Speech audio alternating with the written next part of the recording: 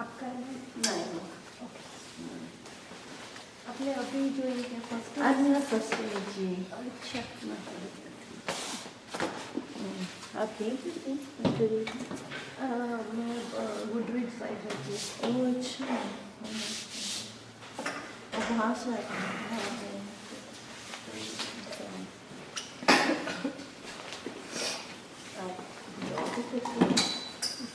Job भी करती हो नहीं अभी नहीं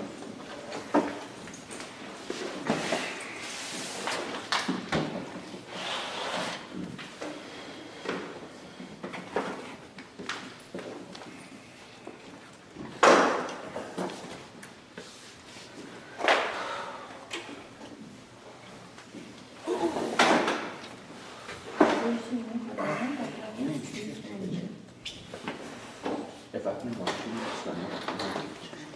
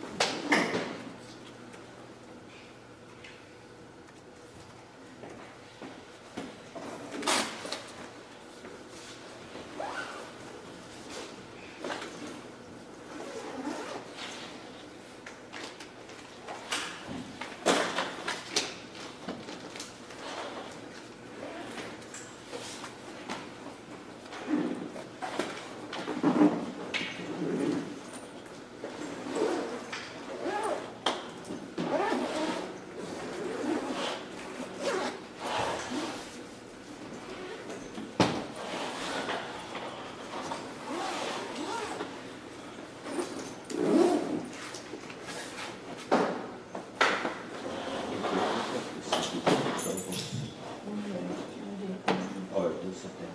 Student people. Walk around.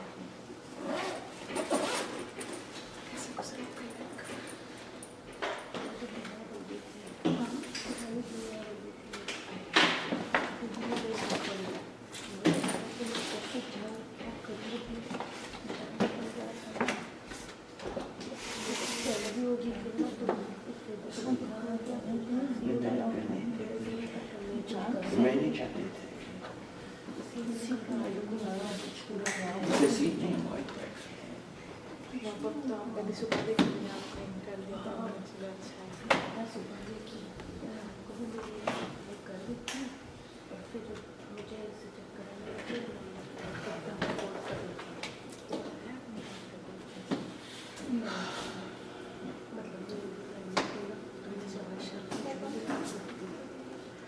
ये सब हुआ सेव करना पहले वाली save and surgery back to अभी 18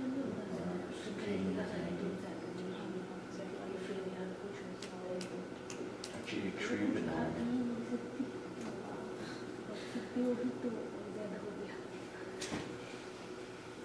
So I remember the password. समझ जाए माने क्या है अभी लास्ट वीक में था तो हम लेट हो गए तो डॉक्टर चला ये नेक्स्ट डे को पता चला बहुत अच्छा दिखता है वो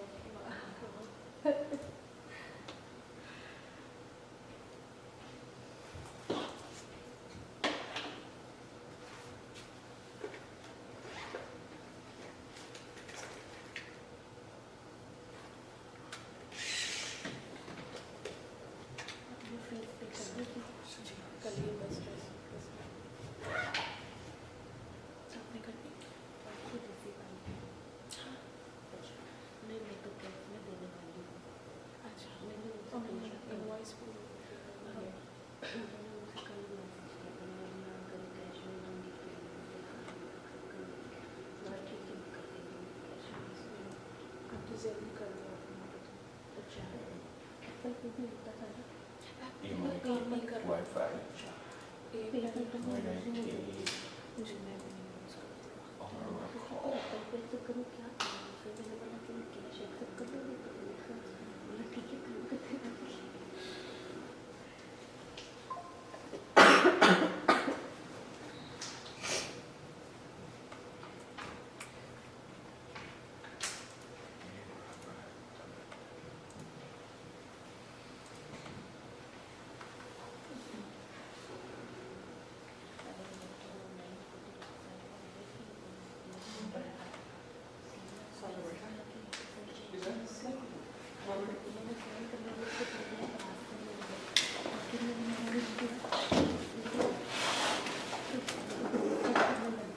आज की पर्सन की अटेंडेंस का नहीं आया मैसेज कि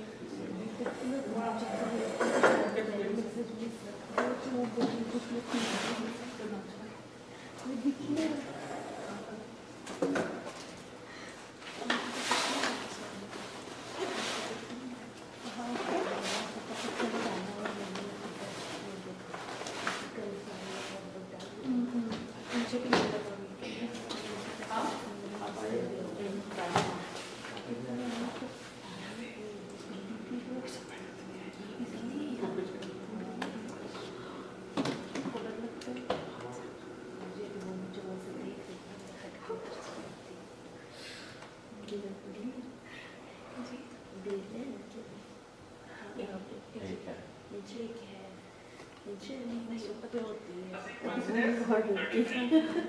तो मतलब हम से जल्दी आ जाते ना तो कभी कभी यहाँ पे घूमती रहती हूँ। अच्छा अच्छा बट फिर जब हम आ जाते तो बोल दिए मैंने दो तीन बार देखी मैं जल्दी आ जाती हूँ फिर तो वहाँ पे वो खड़ी होती है मेरे से देखी रहती है फिर वो हट जाती है। मैं बहुत आप फर्स्ट टाइम ले रहे हो तो जी मैं भी फर्स्ट टाइम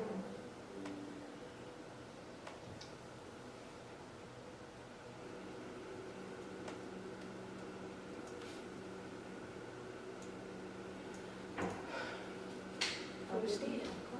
जी मेरा फर्स्ट टाइम तो ऑनलाइन किया होगा ना अपने दो ऑनलाइन की क्लासेस नहीं उन्होंने कहता अभी से स्टार्ट करते हैं फिर जो वैसे जो बाद में जो उनका बैच जो होगा उसके साथ जी अच्छा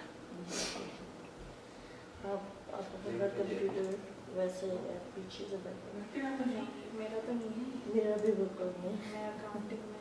चलो काउंटिंग मैं टीचिंग में अच्छा ये थोड़ी सी कंप्यूटर की इतनी इंफॉर्मेशन तो भी बता जाएगा इतना अच्छा। टाइम नहीं है। अच्छा प्रैक्टिस की जरूरत लेकिन जब मैं जॉब करती हूँ सर तो मंडे टू फ्राइडे का होता है कहाँ पे जॉब करते हैं? मैं इस स्कूल में करती हूँ public school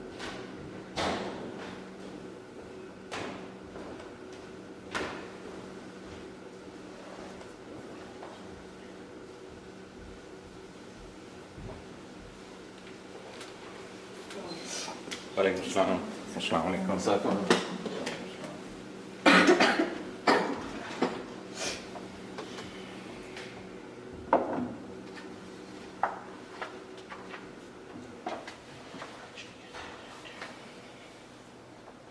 Sorry, I'm a little late today.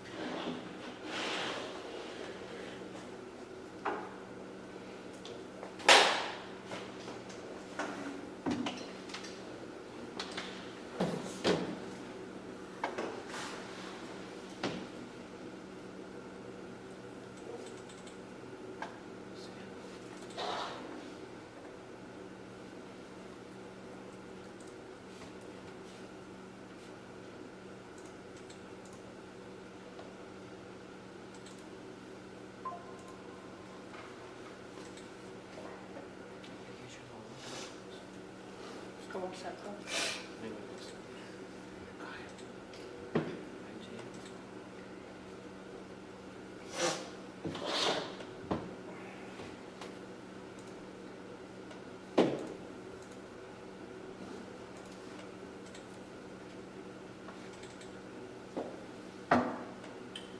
Okay, WebEx is on.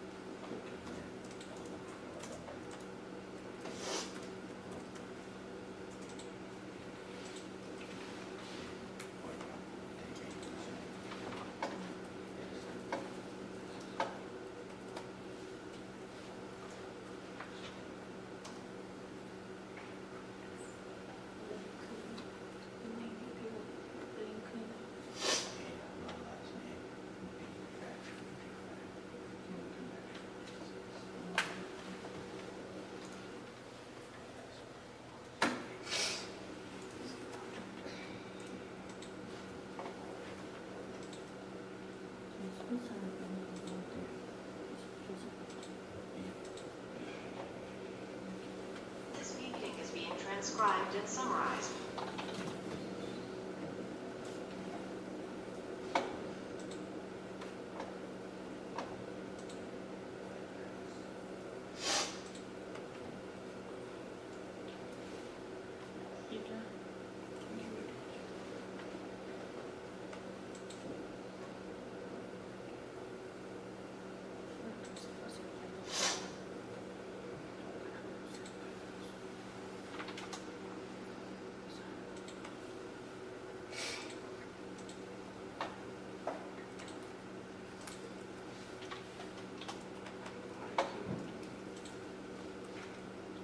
Okay guys, make sure you give your attendance now.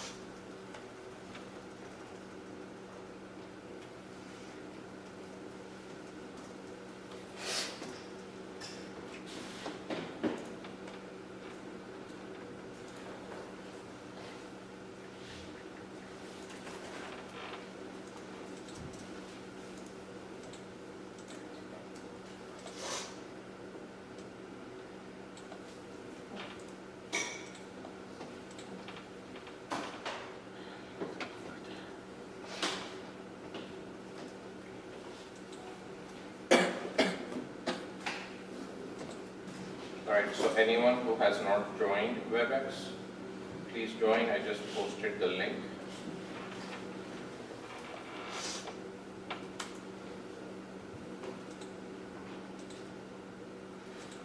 I don't think you are added in the group yet, right? Are you added in WhatsApp?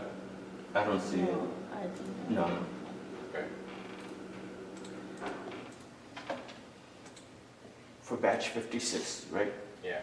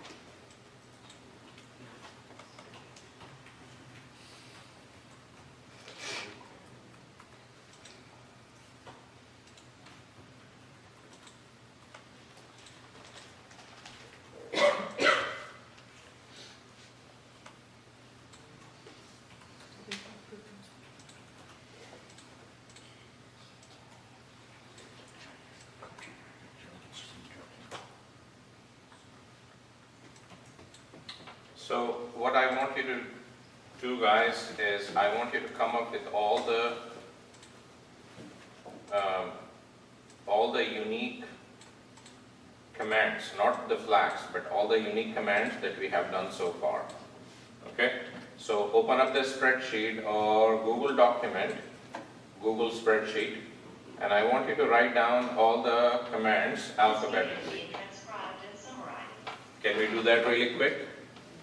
So open up Google spreadsheet, write down all the commands, no flags, just the commands of what we have done so far, and let's see if we can start comparing with everyone. If there is anything missing, then we will quickly talk about it.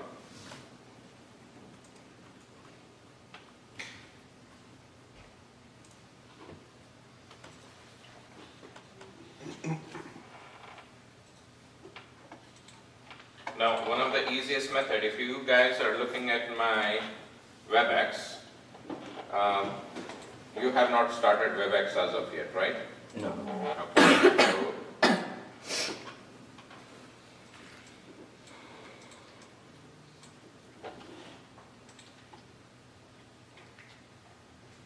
So I just posted that. So open up the WebEx. Let me know when you're done.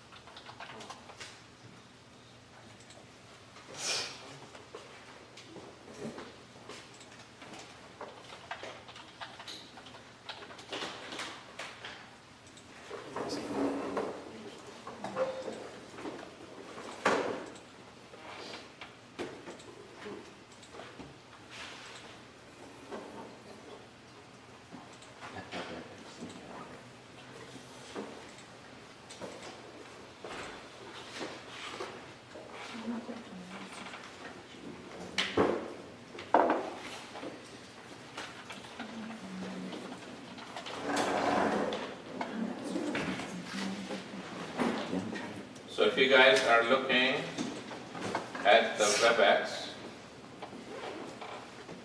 your task is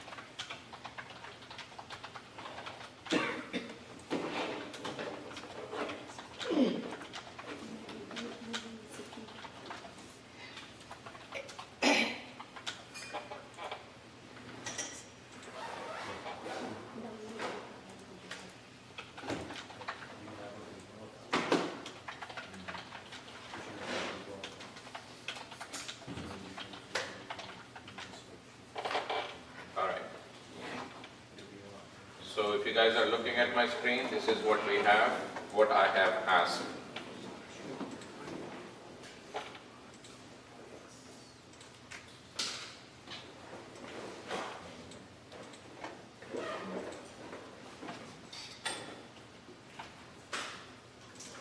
This is starting of week 5, and students who join late, they will be given the video recordings of the previous class.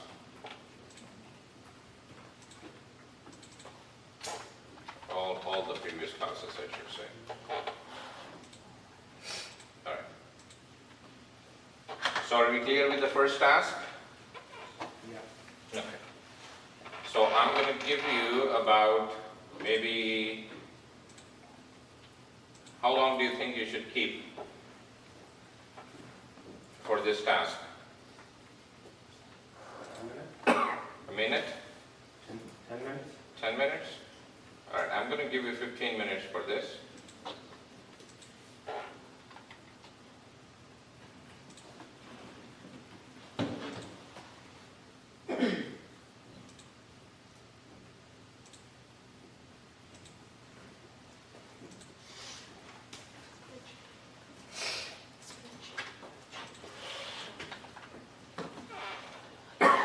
Google spreadsheet with personal task one, sheets.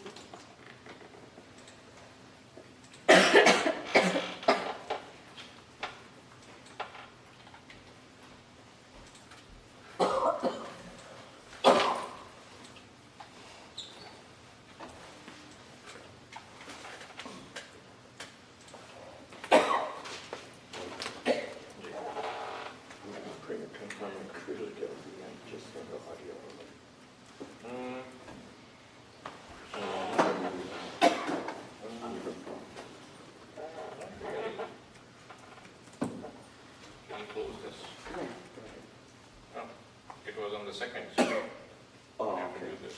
Gotcha.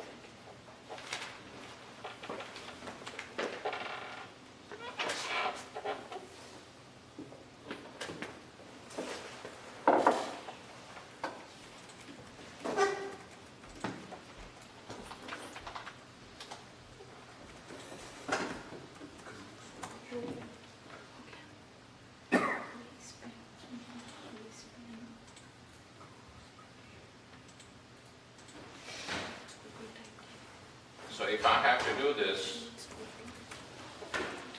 we will say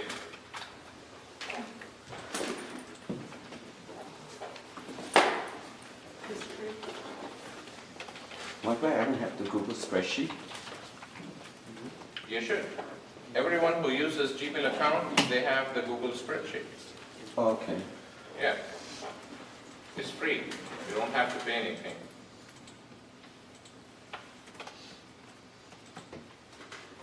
So I will just maybe give Linux commands as the name of the document.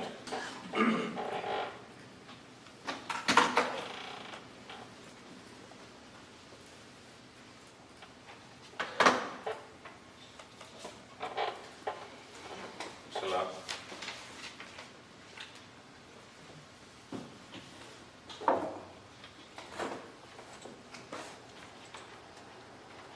Maybe I'll give a heading here, number, command number, and then the command. And maybe an example here. Here in examples you can write down rest of the other stuff. So for my commands, I will just say, okay, I know cd command, I know home command, I know pwd, right? These are the kind of things that you should start looking into. And what else? mkdir, rmdir, touch. You don't have to put everything in order. Once you're done, then you can start putting everything in order. So touch is one of the command. What else? Yeah? Man. Man is another command. cal, who, w. RM minus RF. rm is one command. Rm minus rf, what we can do.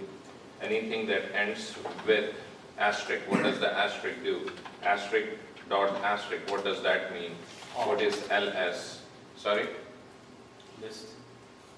Yeah. So these are the commands that I want all of you to start working on. So you have about 11 more minutes for this.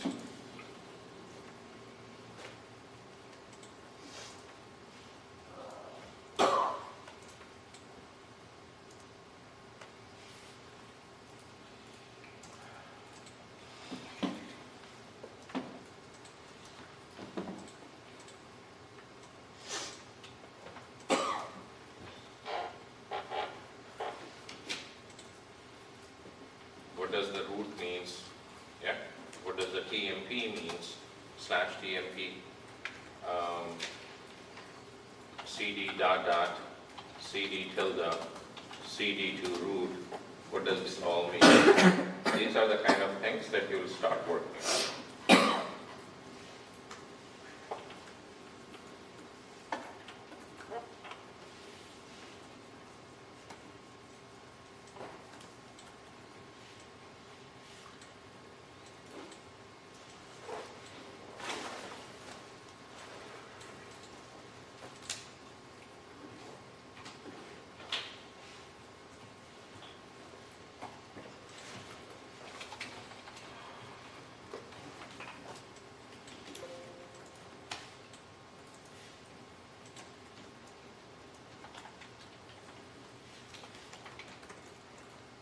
Salam.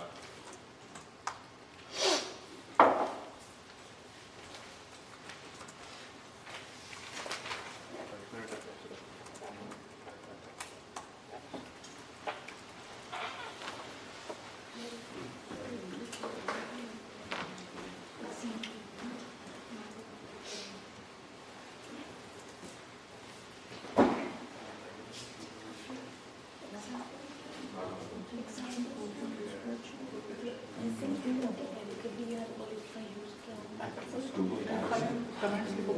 Every time I download it, Google Station.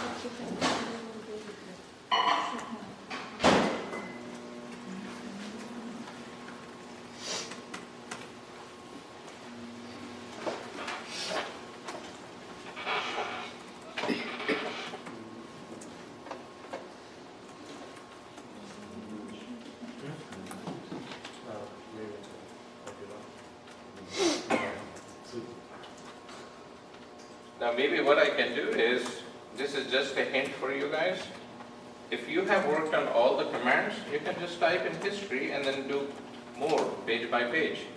So here you can start looking at all the commands that you have.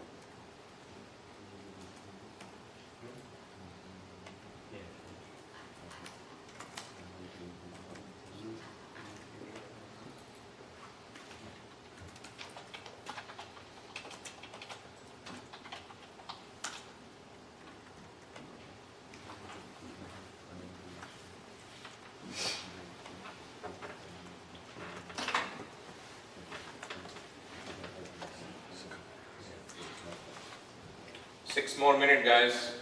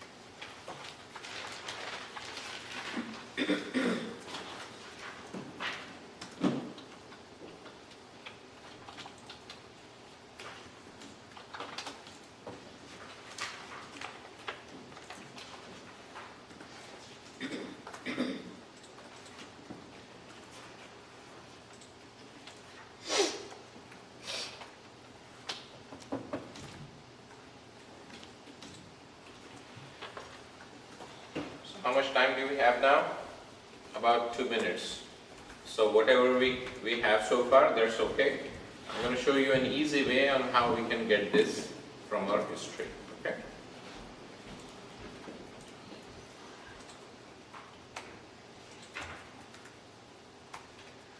So how many we have so far?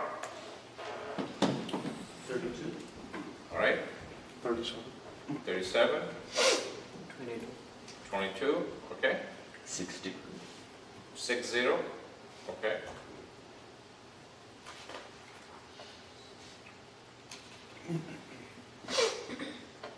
Now, from my history, what I have shown you so far is about 36 or 37. Okay? Now, we'll look into that on how I did this.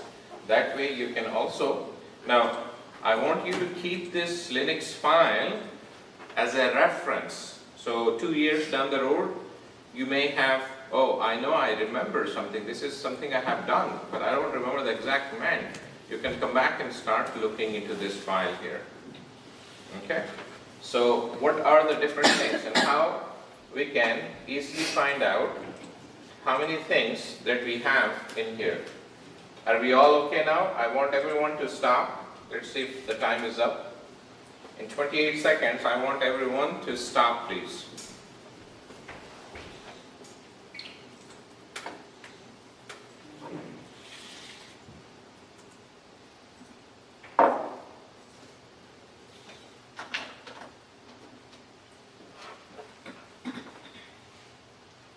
Now, what is the default output? As soon as you hit the enter, what is the default output? You write the command, you hit the enter key. What is the default output? Whichever the command is. Let's say you type in PW and you hit enter, right?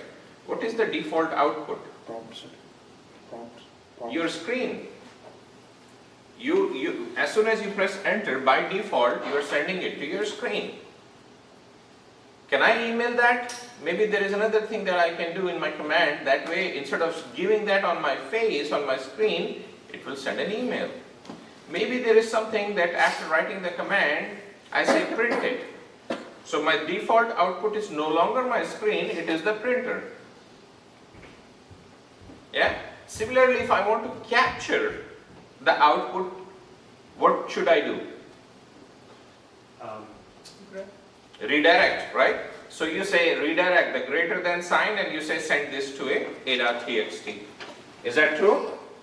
So maybe what we can do is, we can simply say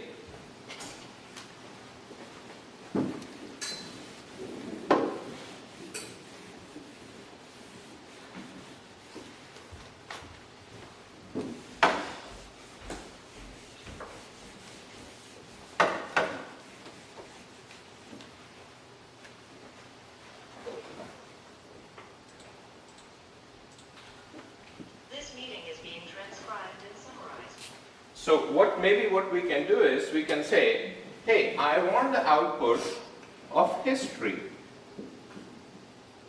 Now when I type the history, what exactly is the default output? Screen. Your screen, right? Now on your screen you will see everything. So here I will just type in history. I don't even know how many commands are there. So maybe 376 in here, but there are some duplicates in here. For example, we have exit here, we have exit here. Exit is also a command. It is exiting you out. Clear. Yeah? So we have cat, and there are a bunch of other things I have in here. So if I say, I want the output to be captured into a file, what should I do? History into a file called a.txt, for example. What should I do? Greater than sign. So now my default output is, in your home, write that into a file called a.txt. Yeah, so this is display the history of all commands here. Wait, don't display. Send the commands, send the output to a file, to my home, into a file called a.txt. Yeah? So let's see if we can capture this into a file. So I'm going to clear the screen and I'll say history. But wait a minute, I want to capture this into a file called a.txt. Now as soon as I do that, it does not display anything to me. But can I verify if the a.txt is there?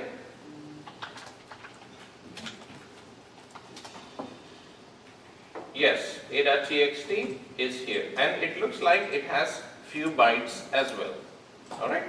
Now, what is the command to read the file? Cat. Cat is the command to read a file. Do you all agree? Yes. Yeah? So here I will say cat in my home a.txt. Now, as soon as I do that, let's see what happens here. I'm going to clear the screen. Cat a.txt. Now I can do page by page. It is recorded everything, the output of history. Yeah? Or I can type in cat minus cat a.txt. So it has read all those 366, 367, whatever the number of commands that are already posted in a.txt. At this point, if I say, hey, if I start, this is very important, guys, I need everyone's attention here. If you look at the first column, what is the first column here? What is the second column here? The categories. The actual command. So which one do we want? Do we want the first column? Do we want the second column? Do we want the third column, fourth column, fifth column, 6, 7, 8, 9, 10, 11, 12, 13, and so on? Which column are we interested? The first. Second one. The second column. Yeah? Now, you understand that from our last topic, grep, what does the grep do? Grab. It basically looks for every line. Check every line for the word or words. Yeah? So for example, my output is like this.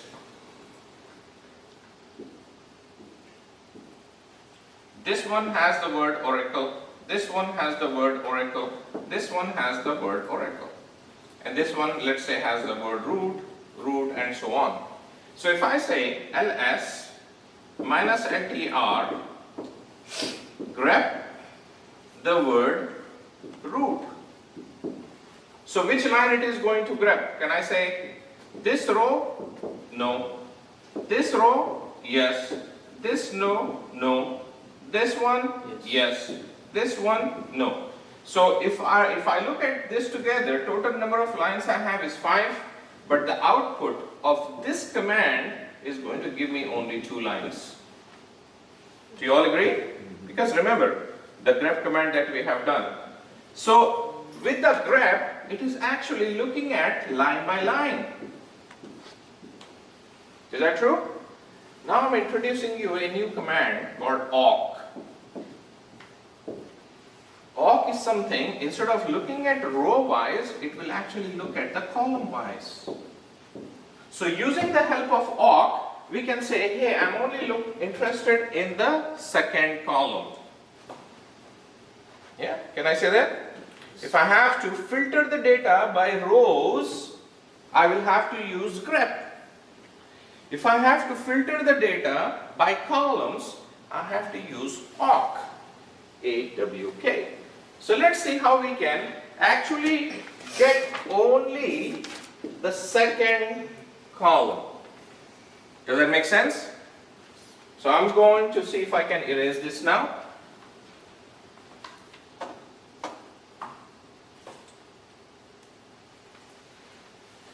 Can I erase now? Yes.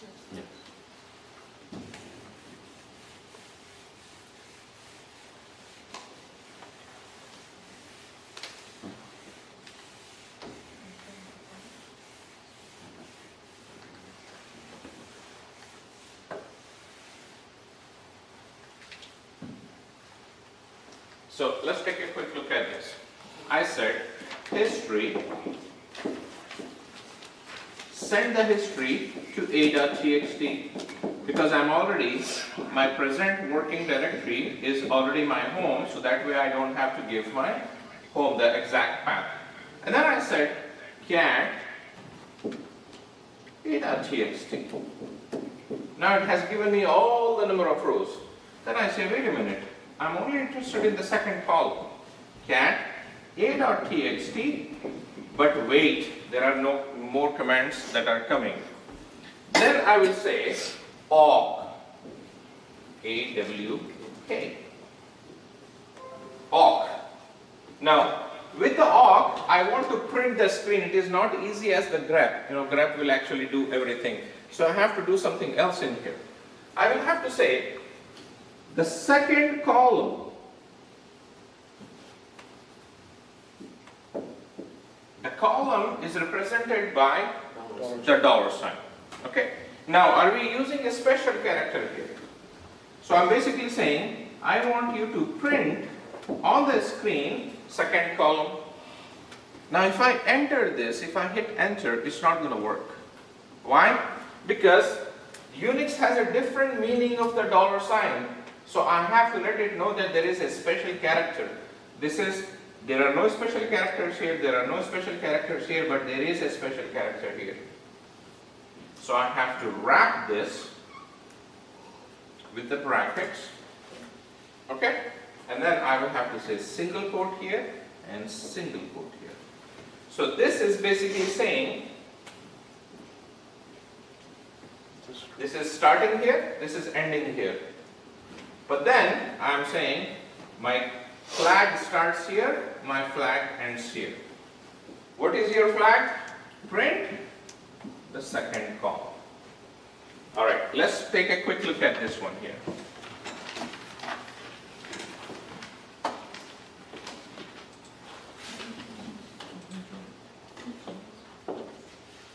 So cat a.txt, and then I will say awk, and I will say single quote, single quote. Okay? Can you guys see that? Actually, the light is. Yeah, I know.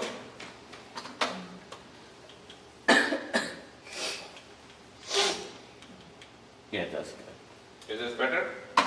Okay, so I say, since I'm opening up single quote here, I'm going to close single quote here. I'm opening this flower bracket, I'm going to close the flower bracket. Now in between here, I'm going to give the command print $2. Do you see that?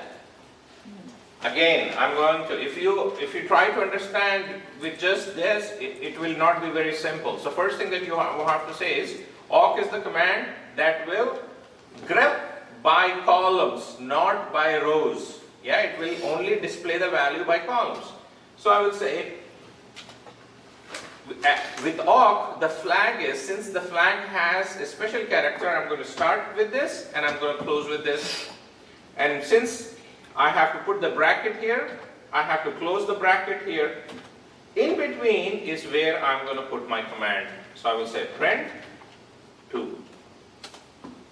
It has given me all my commands. Now, between the flower bracket and the word print, do we have to have the space? Well, let's try it.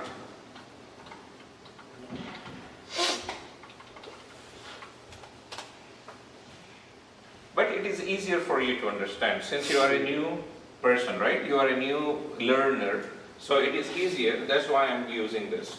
So let's just say this.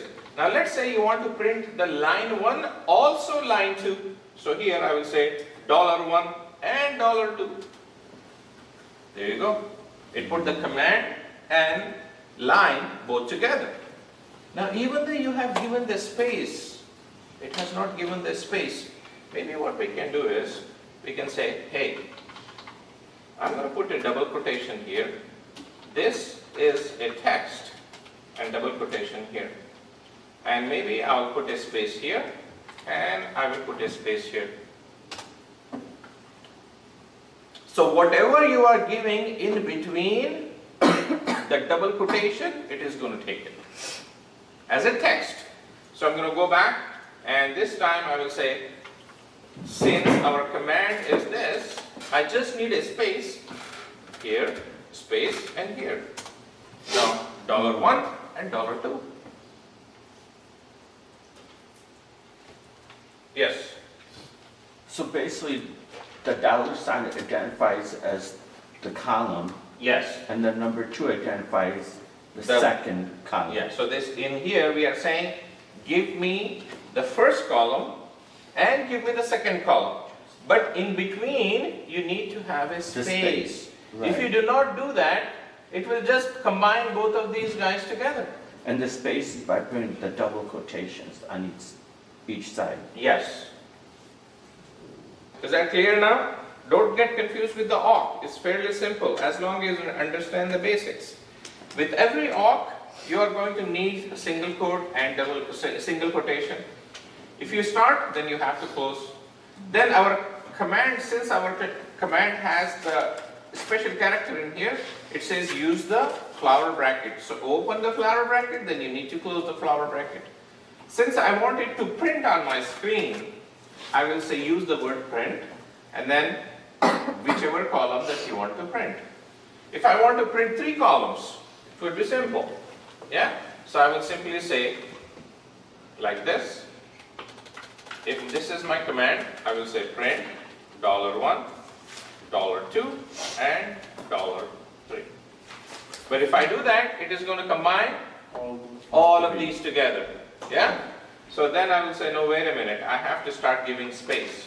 How do I give Double space? quotes, Double quotes, space. space, and here. So now if I do this, it will combine 2 and 3, column 2 and 3, but not 1. Yeah? Right. So now I will say, I have to give a space in between these columns as well. And at the end, maybe I will sign my name. So here, maybe I can just say by MM.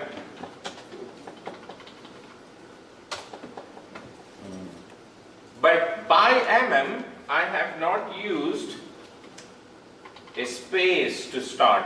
Do you see that? That's why it has combined by MM. So I have to give a space in here and now try this. And what about the hawk identifies the command that what you Basically, grep, if you have to look into this, grep is, it will filter the data by rows. Filter by rows. If you use awk, awk is filter by columns. Sometimes you have to use both rows and columns. So sometimes you have to use the grep as well as the awk. Okay, so now let's clear the screen here. So in this case, we are going to go back a.txt. Which column I am interested? I'm only interested in the second column, all right? So here I will say cat a.txt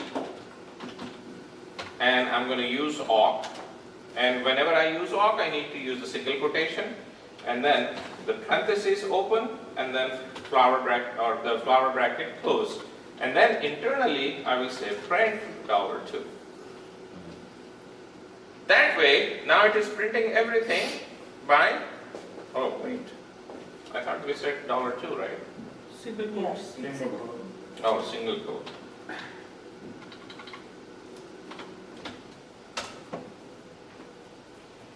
Now, do you remember the command called sort from our last class? So instead of this, can we not sort it by ABC all the way to Z? So in this case, what I will do is, I will simply add sort. Because there is only one column, I don't really need to give anything. All I type is sort.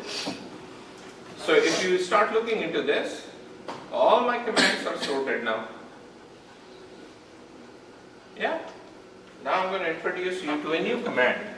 So far what we have is print2, and then you say sort. Now when you are sorting, I say wait, pause. Show me only the unique values, UNIQ. So look at this.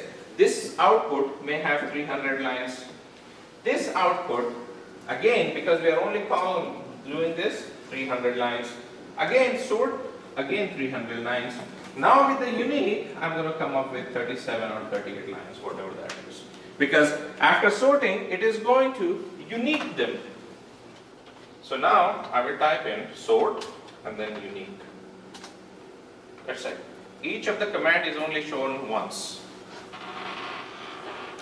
Now, with the clear here, it is to the Unix compiler, these are all the different commands, yeah? But some of these we can wear that off, but here, start looking into the cal, get, cd, all, cd, date, exit, fc, free, history, hostname, ifconfig, iostat, ip, all these commands. Now, can I just get how many lines were there? How many different commands are there? All I have to do is wc minus l, and now these are 36 different commands.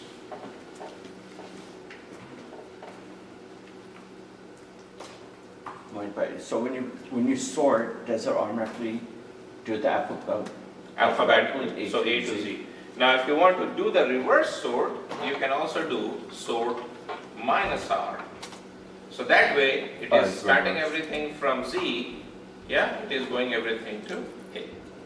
But by default, that should be fine, right? So you want to make your life easier, so sort, and then that's it. And if you want to add the word count, use the WC at the end, and it will give you those commands. Now, once I have sorted this, it's easier for me to just copy all of these, so highlight everything in here. I'm going to come back to my Excel sheet here. So from here, I'm just going to paste, Control V. All my commands are pasted. Now, whichever commands are duplicate, some of these are bad, so I'm going to remove these two lines. So now, I have all my commands sorted out in here. Name was not a command, so I'm going to remove that. Some of these I may have to do it manually. These are all the commands. Pretty easy, right? Now, imagine you have to do all this manually. Yeah? Only 35 commands. What if you have 500 commands? And imagine you have to do this manually. Would it not take long of time? But if we are smart enough, we can let Unix work for us to get what we are looking for. Like I said, anything that you can imagine about, hey, this is what I want to get, there is already a way. You just have to find out which command or set of commands I'm going to play with to get the output. All right?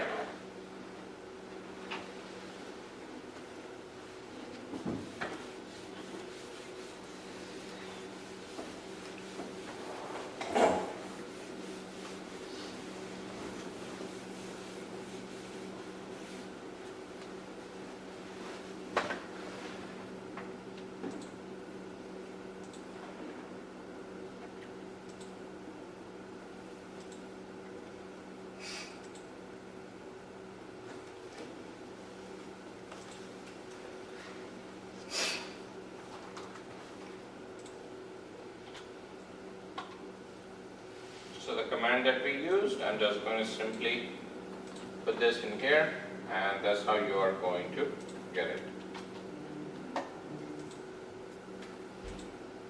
This meeting is being transcribed.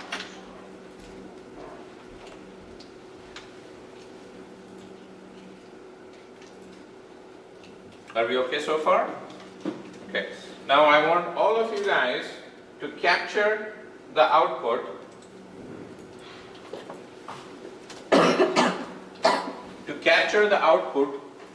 of ls minus LTR from root. So ls minus LTR from root, RH, from root. So this is giving you, from root I want to get the whole listing. So you may have about 30, 40, 50 lines. So maybe let's say 45 lines. Into a file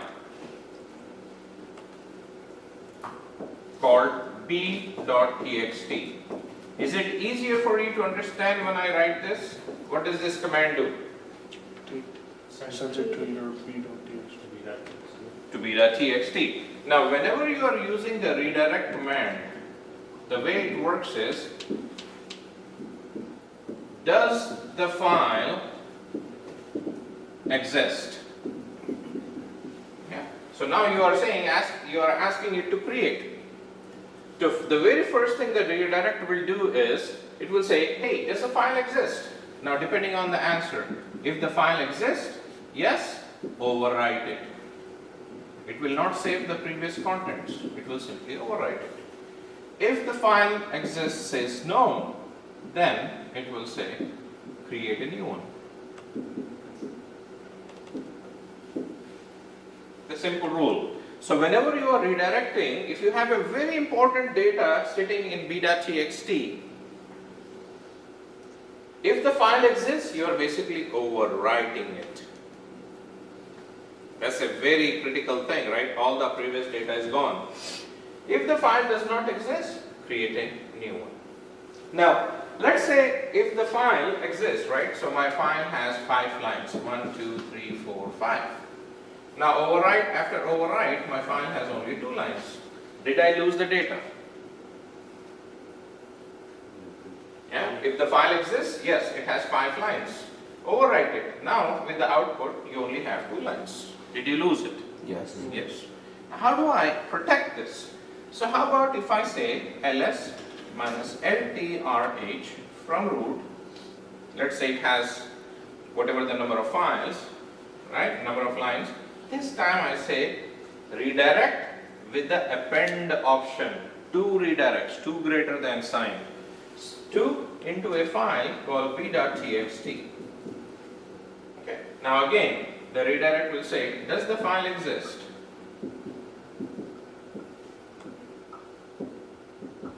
It says yes. It will say, do not overwrite,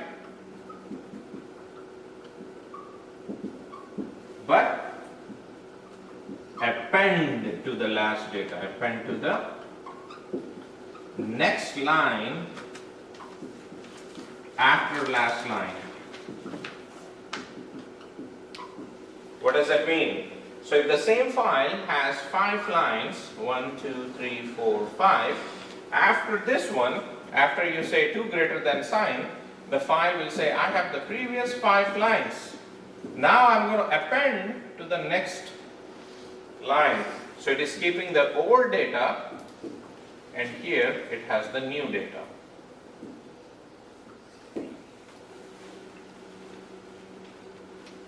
So let's take a quick look at this one here.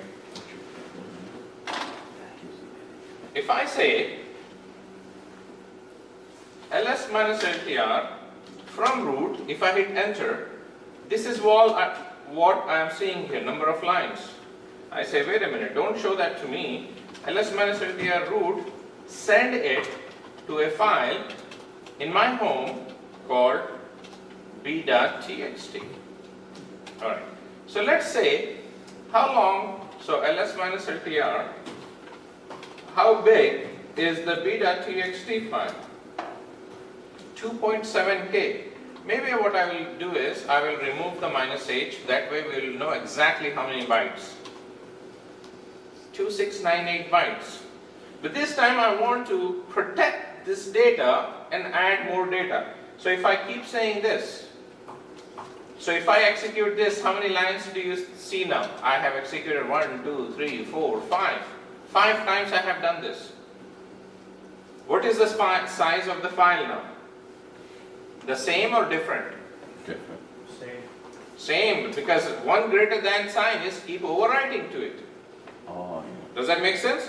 So no matter how many times I execute this, the file size is still the same. If you look at here, it's still the same, 2698. So I have 2698, 2698. Do you guys agree? Yes. yes. Now, instead of this, I will say 2 greater than signs. Okay, and then let's check the size. If I execute the same thing, let's check the size. If I execute the same thing again, and let's check the size. Execute the same thing again. Is every time, is it increasing? Yes. Yes. What does that mean? Add to it. It is protecting the old data, and all the new data is being written at the end of the line, end of the file. That's why you are getting this. So now if I do ls minus LTR, this is all everything in bytes, right? So what if I say, I want to double this file. If I want to say b.txt, I want to create a c.txt from b.txt, what should I do? CP Okay, so how do we do? CP. from home. Okay, so the first you are using b.txt to c.txt, is that true? Yes. Now if I do this, show me all the file that ends with .txt. I see a.txt, b.txt, exact size is being copied into c.txt. Make sense? Now what if I say cat c.txt or b.txt into c.txt? Do you think the size is going to double now? Yes. Yes. So if I say ls minus LTR A to C,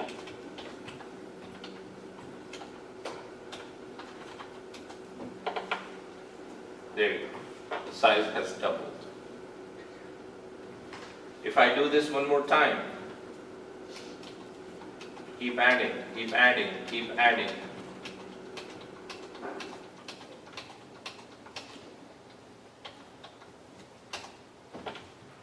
To 11K.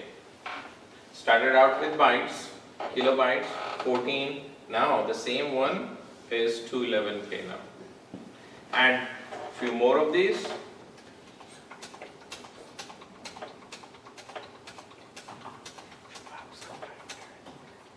And you look at the size, 383 kilobytes now. It's getting close to megabyte now.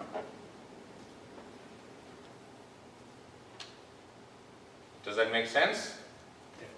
How we copy a file? Use the CP command. How do you append to a file?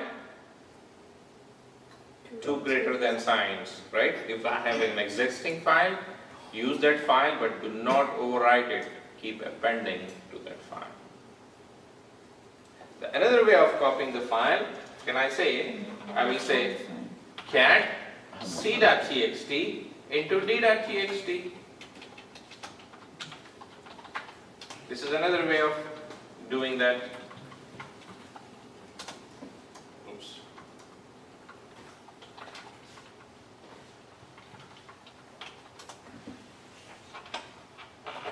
Another way of copying the file is simply redirecting it. But if d.txt doesn't exist, it won't. It will create it. Remember, what is the default action here? If the file does not, if the file exists, yes. If the file does not exist, create it.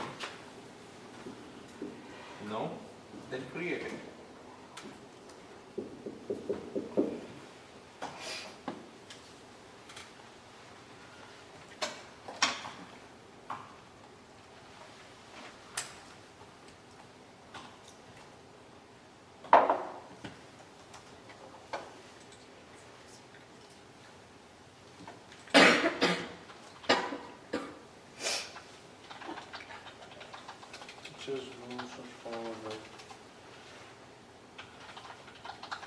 Sorry? It says I can't access those.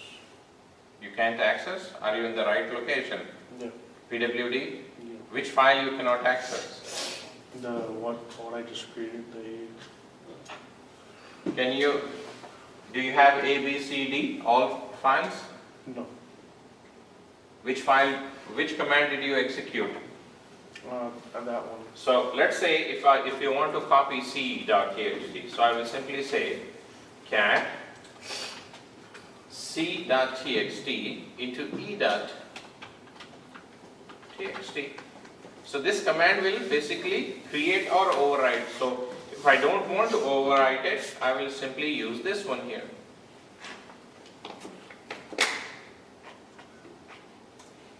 And then I'm going to keep executing this, and this time the file should be in megabytes now. -H is the human readable format. How many disks I have? Which command will give me the answer to how many disks we have on this server.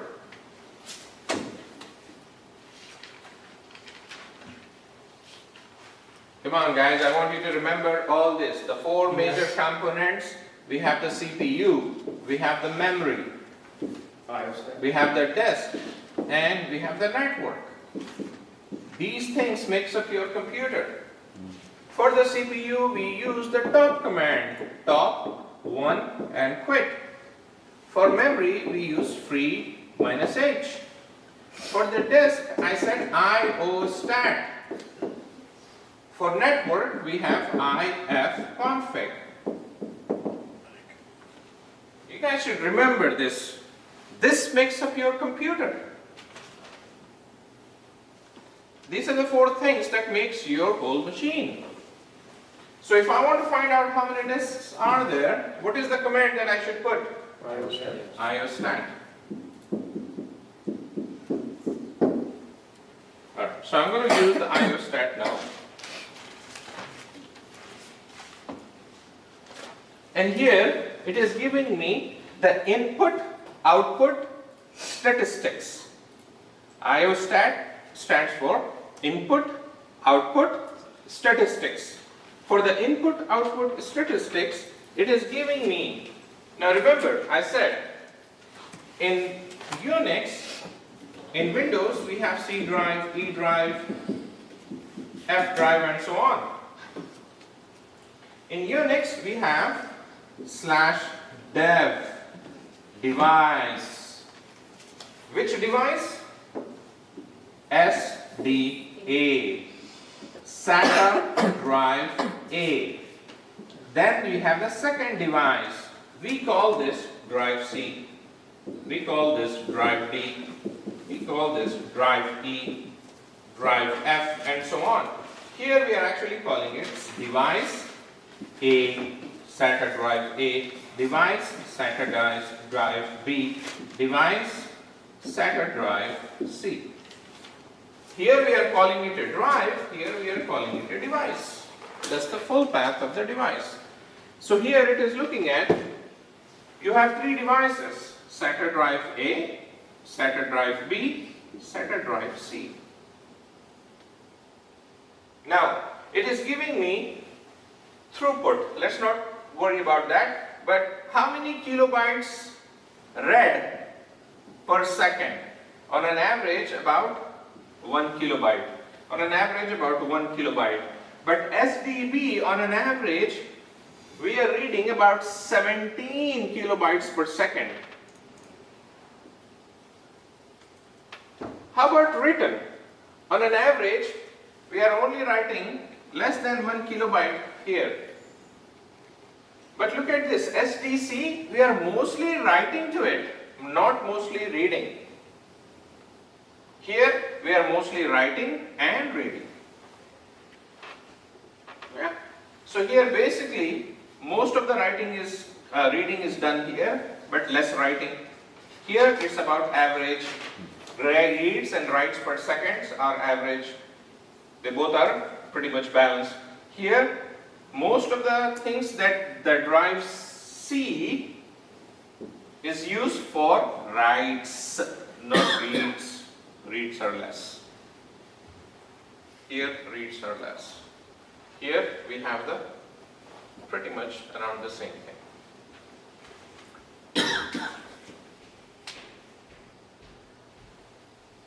Do we have this now? But let me ask you this. How big of a drive is this? Is this 100 gigabyte? Is this 500 gigabyte? Is this 1 terabyte? Is it 10 terabyte? What about the same thing? I have the same questions here. What about the same things? I have same questions here. How do we see that? How big of a drive is this?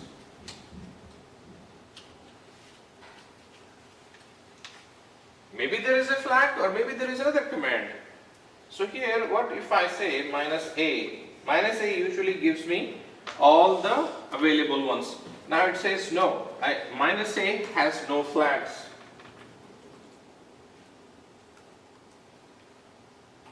So device all, maybe I can try with capital all.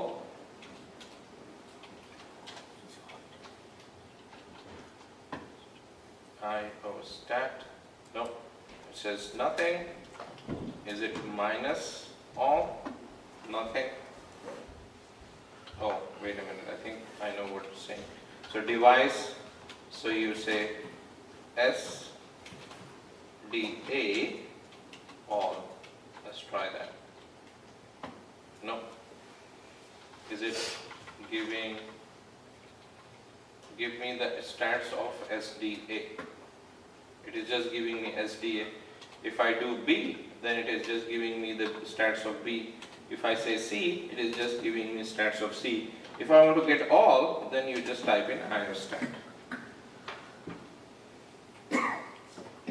Does that make sense? But the next question now we have is, how do we get more details about this SDA, SDB and SDC?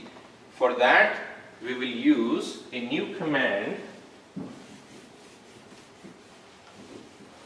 So I'm going to remove the network from here. I'm going to remove the memory and CPU. For the disks, how do we get more details about the disk? So one simple answer is IOStat.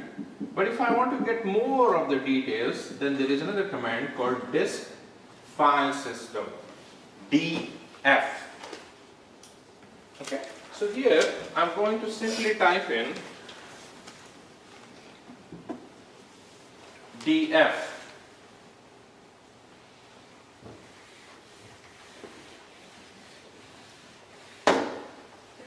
DF is different than DIFF. Did we talk about diff yet? Okay, we'll cover that. So DF, as soon as I type in DF, hit enter. It is showing me all these different things in here. Okay, it says there is a file system here, 1 kilobyte, use, available, use, mounted on, so on, all this garbage. I say,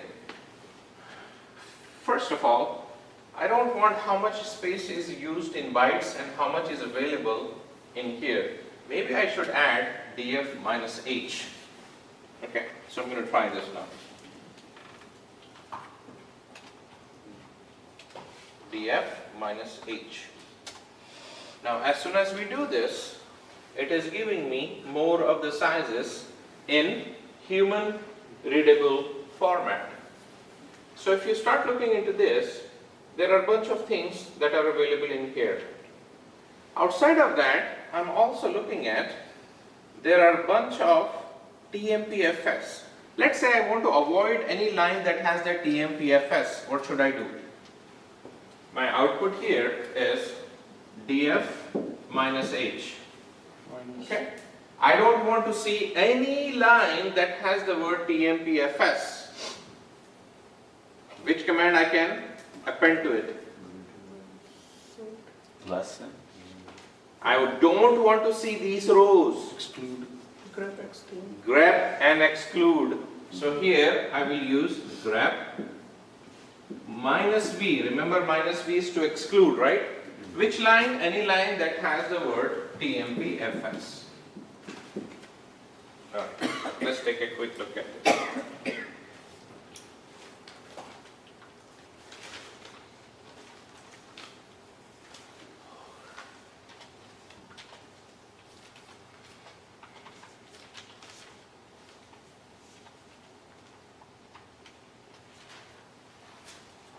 Grep minus v, sorry. I just used the minus v's to exclude this and show me everything.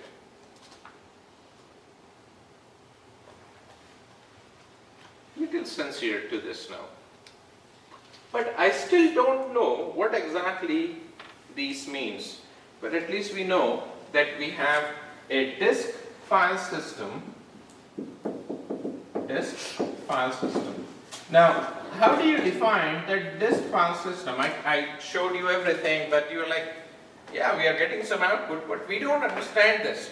So to understand that, first thing is you have to understand the disk file system. What exactly is a disk file system? If you understand that, then you can understand this. So remember, disk is given, the flat disk is given by IOStat. But then we are looking into the disk file system, and There is a good command called df az, but I still do not know what the disk file system is. How do we know this? Every time, let's say you went to Best Buy and then you said, I want to get a disk to put in my Windows machine. Okay.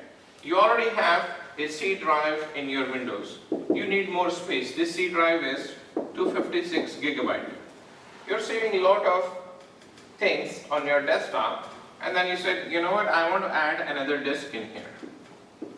Then you go to Best Buy or any other Amazon shopping center, and then you said, I want to get a 1 terabyte of a hard drive. So now, and then once I install this, it will show me 1 terabyte of space in here. Are we okay so far? In Unix, we have one drive. We call this /dev/sda.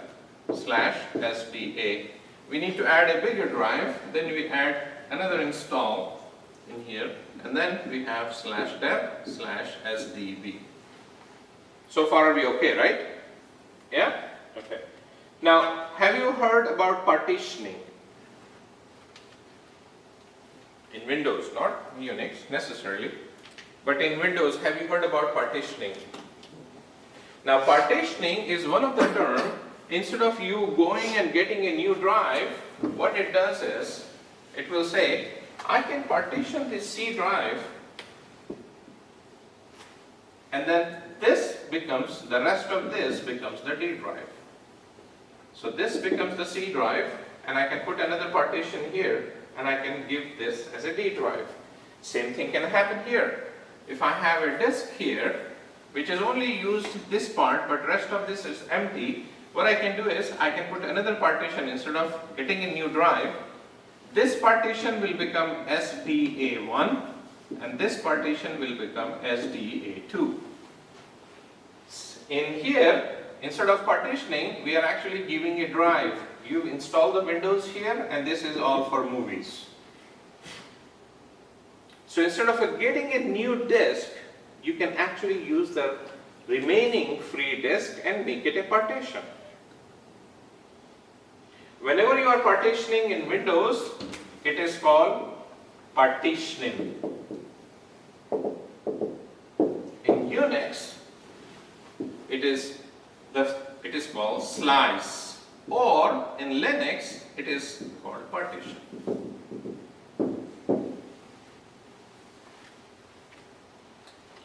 In Windows, we have always been calling it partition. This drive does not know about this drive does not know about this. They are separated. Even though it is one physical disk, they are logically separated. Same thing in here. You have one disk, but they will act as two separate disks because of the partitioning, because of the slicing. Does that make sense? Okay. So I'm going to go back to our Unix example. In my Unix example, let's say I have one drive which is 1 terabyte in size. The possible options of partitioning is, I can create one partition, I can create two partitions, I can create the third partition, and I can create four partitions. So partition 1, partition 2, partition 3, partition 4. If the main device is called SDA, this will be called SDA1, SDA2, SDA3, and SDA4. This will mark itself as the primary drive. Now, when I say primary, this is where an operating system can be installed. You can install Linux version 4 here. This can also use as a primary drive, and it has its own Linux operating system, Linux 6. Then you have another primary drive, and you can install AIX here. You can have another primary drive, and you can have another operating system, let's say HPUX. Now, how many different operating systems do you have in here now? 4. So if I use the primary drive, what that means is I can install a new operating system. So now, even though there is only one disk, you can have 4 different operating systems installed on it, because we are marking this one as a primary. So now you can install, this one is also a primary, this one is also a primary, this one is also a primary. Now let's say the use is only one primary, but I still want to separate it, okay? The same as /dev/SDA,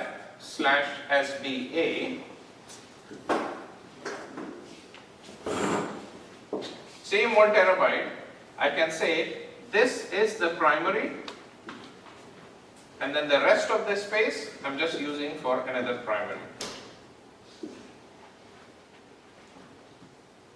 Does that make sense? How about if you say, hey, you know what, I only want to install one operating system. I only want to install one operating system, but I want to have more than 4 partitions inside it. The limitation with the primary partition is you can only install 4 partitions, that's it, just 4. What if you need more than 4?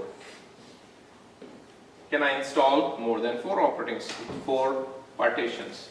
Unix says yes. If you have only one disk and you want to have more than, so can I say this is my physical disk, one physical disk? Can I say that? This is only one. If you look at this hard drive, this is one square or the rectangle piece of 1 terabyte of hard drive, or 2 or 4, whatever the size is. In here, you can create the first primary, and this will be called SDA1. Then you can create another primary, SDA2. Then you can create another primary, SDA3. And then the rest of the space, so let's say you have 100 gigabyte here. You said 100 gigabyte here, 100 gigabyte here. So can I say the rest of the space from here to here is how much? 700.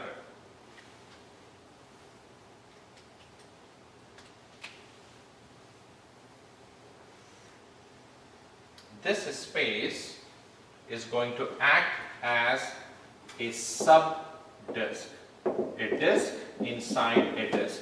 So this is the physical disk, and this is a disk inside a disk.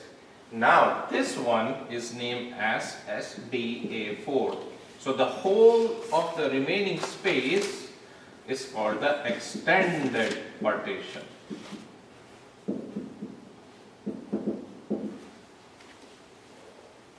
Now, with the primary partition, you have SDA1, SDA2, SDA3. Then inside SDA3, I don't want another primary, because if I go with another primary, my restriction is only 4. I cannot use more. So what I will do is, I'm going to play a game where I say, one physical disk, it has a logical disk inside it, a sub-disk inside it, a disk inside a disk. So SD4 is basically playing as one disk. Now I can partition as many as partitions you want in it. This is SDA5, this is SDA6, this is SDA7, SDA8, SDA9, SDA50. Now in the old versions you can only have up to SDA16, 16. Now we can have as many as you want. So SDA4 is always going to be an extended partition. In here, now you can make more partitions, as many as you want.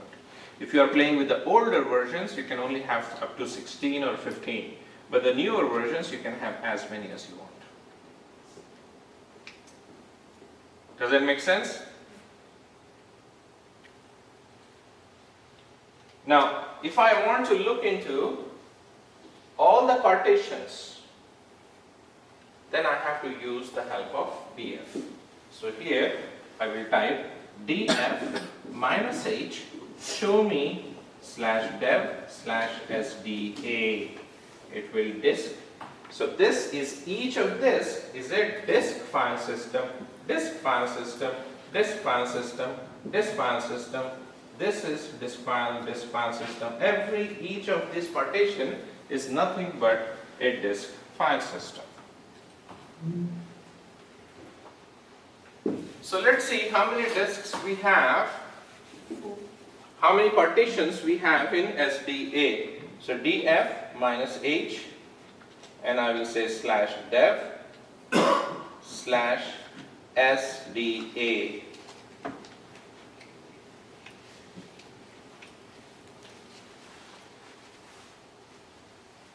Why is it only showing me one? How about SDB? Let's try it. SDB. How about SDC? Why is it only showing me one partition?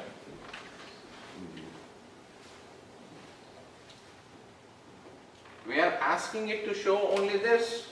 It is showing me only this. I didn't ask it to show me one. I didn't ask it to show two. So maybe what I can try is SDC1 now, SDC2 now, SDC3 now, and so on. But if I want to have all the SDC partitions, can I try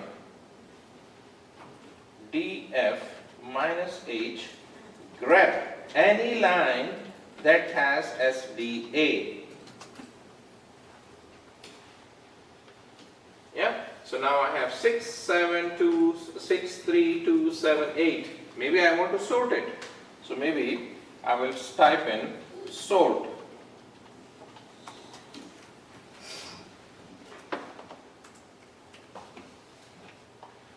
I see SD2, I see SD3, SD4 is gone because it's a virtual disk inside a disk.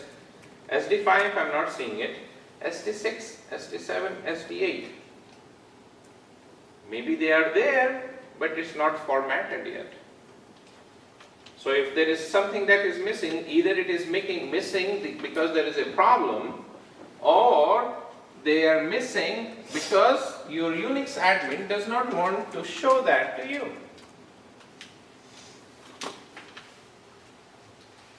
So let's take a quick look at this. Here I will say sort. So this is my disk. So this whole thing is your SDA. Maybe there is a partition, but maybe we are not seeing it, right? So one is not seen. Then I have the second one. Then this is the third partition. Fourth one is extended. So you will never see SDA4, SDB4, SDC4, SDD4. The fourth partition is always going to be extended, which is representing itself as a separate unit. So now SD6, SD7, SD8. The second partition here is called boot. The third partition is called U99. The sixth partition here is called just the root.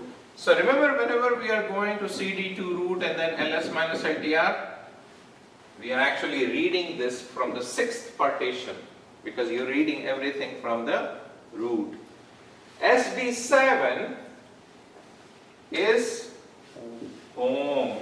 So whenever under the root, I am talking about your home, right? So if I have my home, and if I create a directory called dir a, that directory is actually being created in the seventh partition. Then you have the eighth partition. The eighth partition is labeled as OPT. So this is called mounted on.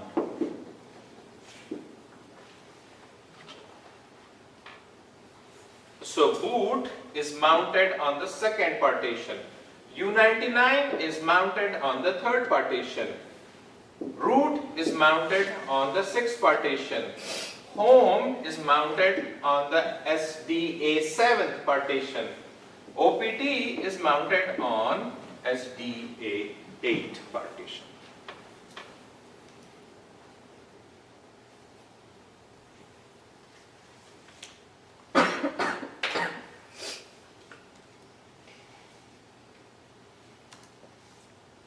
Make sense?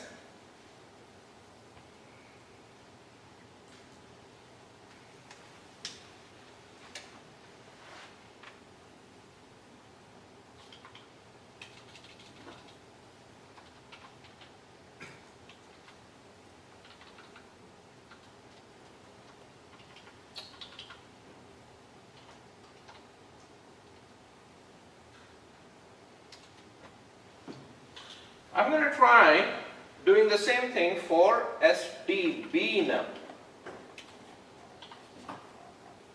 This time I want to have the natural sort, so minus V.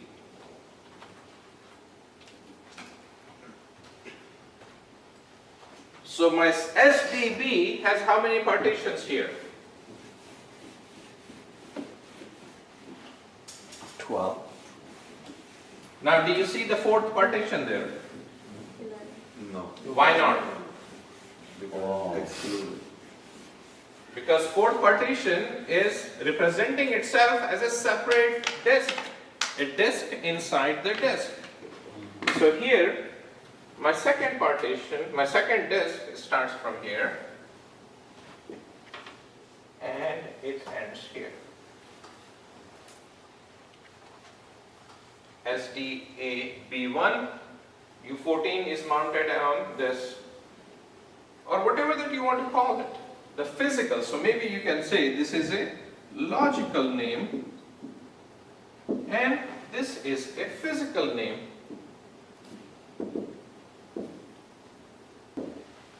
Yeah. So here, this is where the actual disk space is. Every time I'm playing around anything in U01. SD, and then SD, so here it is, this is the first primary, this is the second primary, this is the third primary, and then the rest of the space is your extended. It's no longer the primary. This is SDA4 /dev /SDA4. And now inside I have more partitions.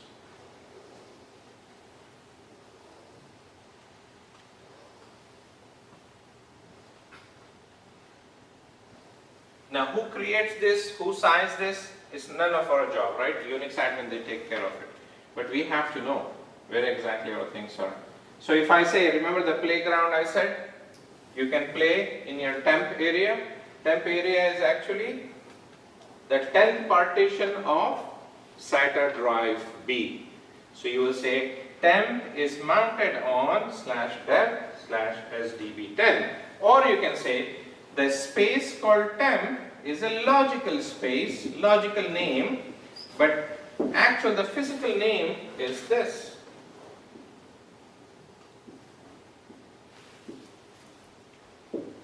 So it's easier for me to say go to /home versus say go to /dev /SDA7. Logical naming is much easier. Instead of remembering the phone numbers, we remember the names. Instead of remembering the IP address, we remember the host name. So same thing here. We put whatever that's easy for us to remember here, but we don't really care which disk or which partition it is going on. Now let's try with the SDC now.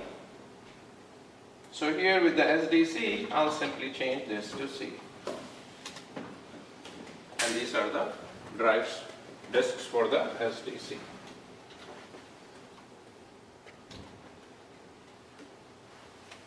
Can I erase this?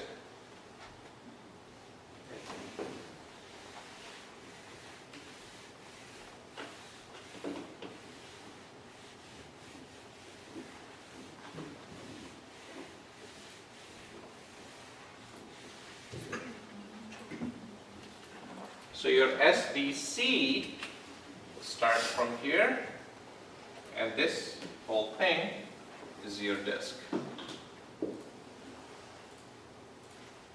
The first partition, the second partition, the third partition.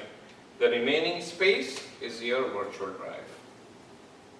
In virtual drive, you don't have any restriction. You can, as long as you have space, you can start creating more partitions. So this blue space here is your /dev/SDC or SDC4.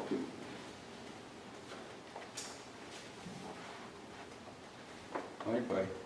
So even though their label is 5, 6, 7, 8, 9, but technically they're under the SD. This is only physically, if you look at here, this is only one disk. Right. You can call, in Windows world, you can call it hard drive. In Unix world, we call this device, right? /dev, that means device. Which device is this? Is this SDC. But these are all the partitions. Okay. So these are the primary partitions, primary partition, primary partition, primary partition. You Right. can go with only 4 primary partitions, or Right. you can go with 3 primary partition and you can have 1 extended. And extended, you don't have any limitation, so you can create as many as you want. And the extended are your virtual. Virtual, a disk inside a disk, a Disk. sub-disk. The way we say directory and subdirectory, here we have a physical disk and you have a virtual space given, and we call this as an extended partition. With the But extended partition, you can create as many partitions as you want. Right, but everything, that's the virtual drive, the virtual disk is classified as the 4th. As the 4th, yes. It will always be, remember, so if you are going with 3, the first 3 are using the name 1, 2, 3. So the extended is only left with the next one, which is the 4th. 4th, right. You cannot label SDC4 anymore. You will have to start creating partitioning, and then you can label U15, U95, U96, U97, U98, whatever that you want. By the way, in Unix, remember everything, the topmost directory starts from root. And then you have some directories called USR, OPT, var, temp, MNT, home, and so on, right? These are some of the basic disks that you will see, boot. But then you will have a series of U01, U02, U03, and so on. What does the U stands for? In Unix, the actual naming convention is anything, these are the default ones. These are all the default directories. But any non-default directory starts with U, stands for Unix first label, Unix second label, Unix third label. That's why you are seeing U18, this is the 18th label, the mount point. U18 is a mount point, U15 is a mount point, 15th mount point, 16th mount point on Unix, 95th mount point on Unix, and so on. I will just give you a quick tip. U01 is where you are going to install Oracle software. A quick tip for our later classes.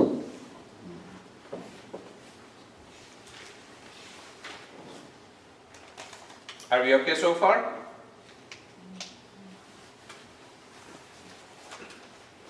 So now if I type in, I'm going to type in df minus h, and I don't want any line with the tmpfs. By the way, what is tmpfs? It's a temporary file system. So each user, whenever you log in, you are given a temporary 3.2 gigabyte. Each of us is a login here. This person is a login, this person is a login. You are user 2565, you are user 2584, you are 2556. So as soon as we exit, this space is given back to the operating system. So here, that's why we don't want any temporary file system. So df minus h DF minus H do not show me BFS. Then we can also use the sort command. Sort everything by the first column. So here, can I say sort minus capital V. So now we have the disks all sorted out.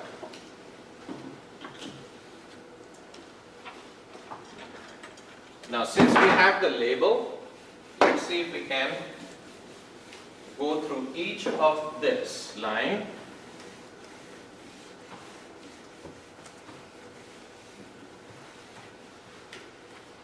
My first disk starts here and then it ends here. My second disk starts here and it ends here. This is the second disk. The first disk is from here to here. And then the third disk starts from here to here.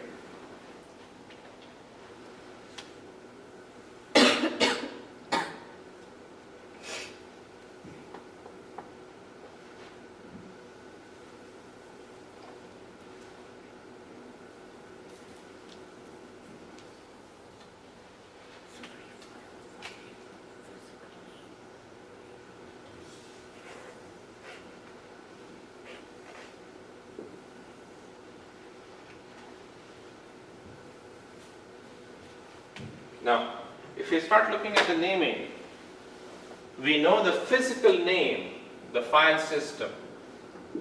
Physical disk.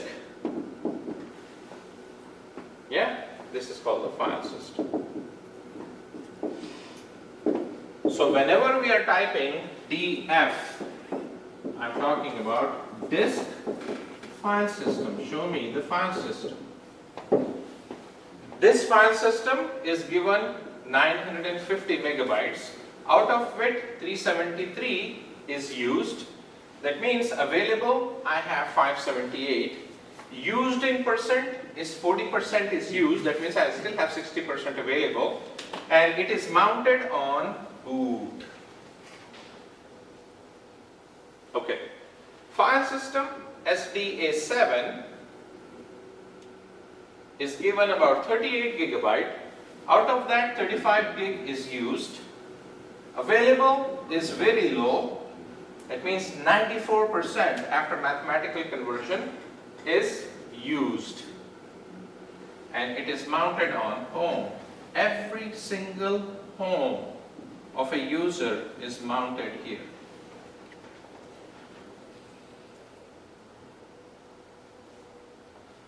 In here, SDB10 is 38 gig. Only 48 is used. Almost 38 is there and only 1% is used. Which mount system? Which mount point? So 99% of this is basically sitting free.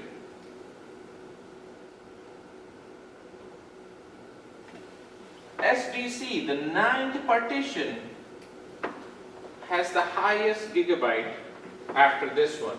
So SDB1 is given 824 gigabyte, out of which 750 is used. Only 74 gig is available. 92% is used, and which is labeled as U14. This one, SDC9, 512 gig is given to this partition. 169 used, 344 free. That means 33% is used, 67% is almost free, and then this mount point is called U98. This guy is /dev/SDA. This guy physically is /dev/SDB. This guy here physically is /dev/SDC.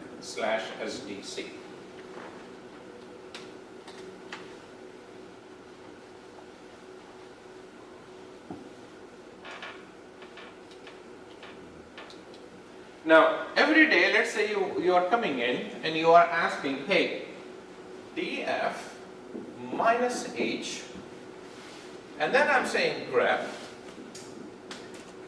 and then exclude the TMPFS, and then sort minus V. Every day, every few hours, you are executing this command. Maybe I should create a shortcut for this. Yeah, this is a pretty lengthy command, right? So to create a shortcut of a command, we use the word alias. Alias. And then you say D is equal to, use the double quotation here and use the double quotation. Next time, all you have to, instead of typing this whole thing, you just type in D.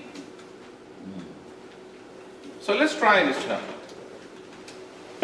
I'm going to use a command called alias.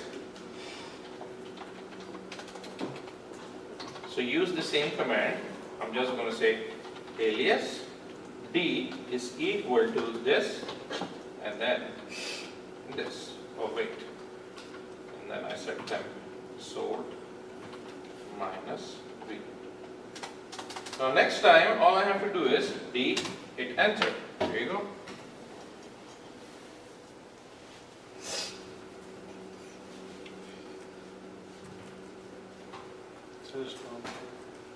Sorry? Alias not found. Alias is not found. Which? Bring your laptop here. Why is my system always boxing with you? Seems like it's only your system, it is not working.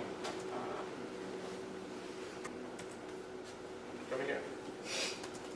So, maybe we can exit out, open up a new one.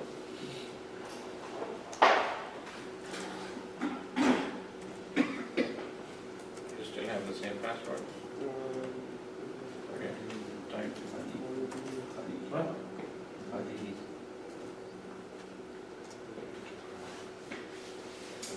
So here.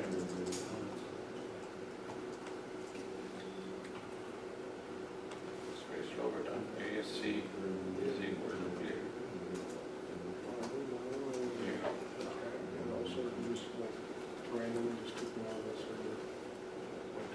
Somehow your laptop is very slow.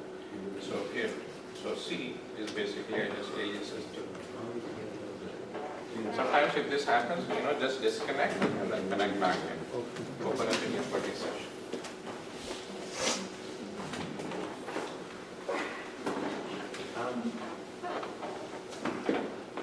Again, the same thing.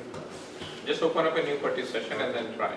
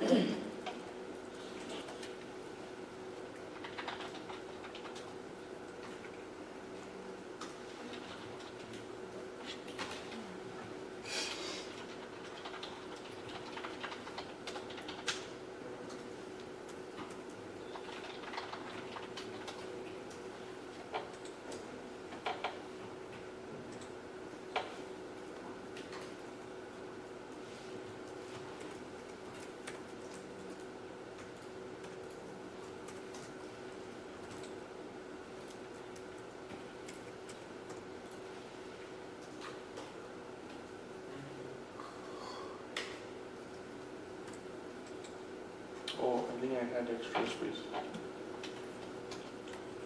Sorry? I think extra space. I think I had extra spaces before.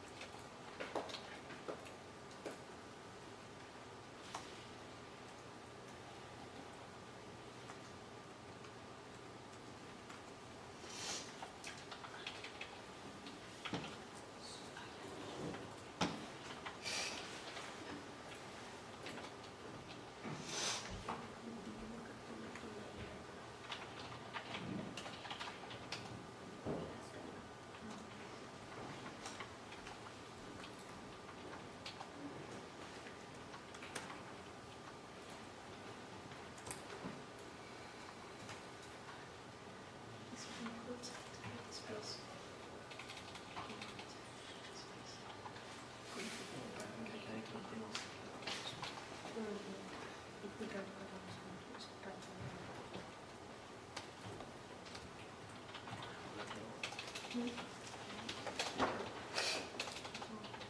से पहले भी सोच TV हाँ उसमें हटा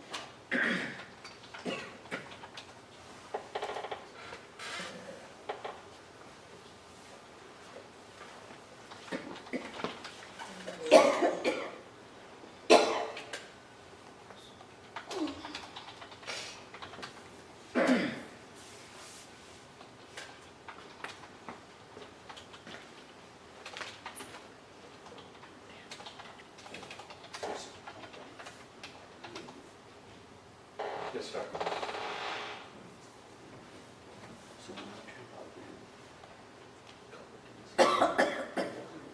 No, this is Oracle. I don't want to do anything with the Oracle. Why are you in Oracle? You should be using your own login. Okay.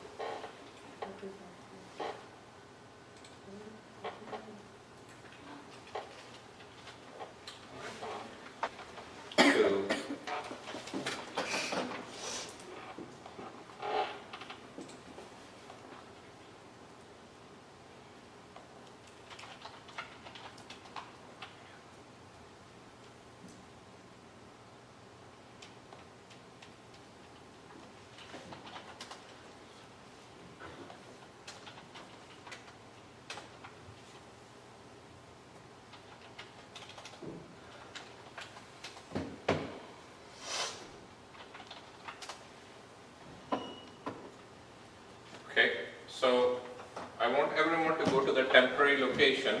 Can you all change your location to temp? And what would be the command for that? Okay, so let's see if you go to the temp and then do the list, ls minus ltr. Do you see there is a directory called trace. Do you see that? Okay, so cd to temp, and then if I do ls minus ltr, I see there is a trace directory here. Yeah? Okay. I want you to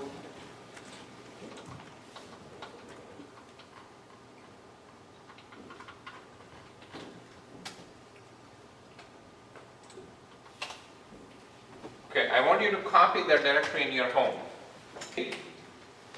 We have different directories, and then we have home, and inside home you have your home, I have my home, everyone has their own home.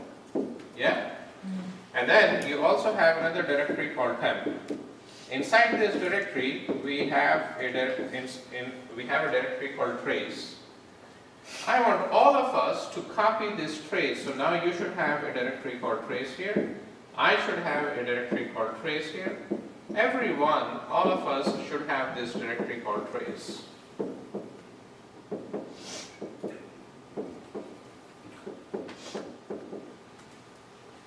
What is the easiest command or the easiest way to copy this file into your home? Okay? So how do you do that? Can I say cp trace or tmp trace to my home? Can I do that? Yes. Now if I do that, it will say, hey, this is a directory. cp command is used to copy a file, but not a directory unless you use a flag. So the right flag would be cp minus r or small r recursively from temp a directory called trace into my home. This should be the command. Okay. Then go back to your home, cd home, and then if you do ls minus ltrh, you should be able to see that directory.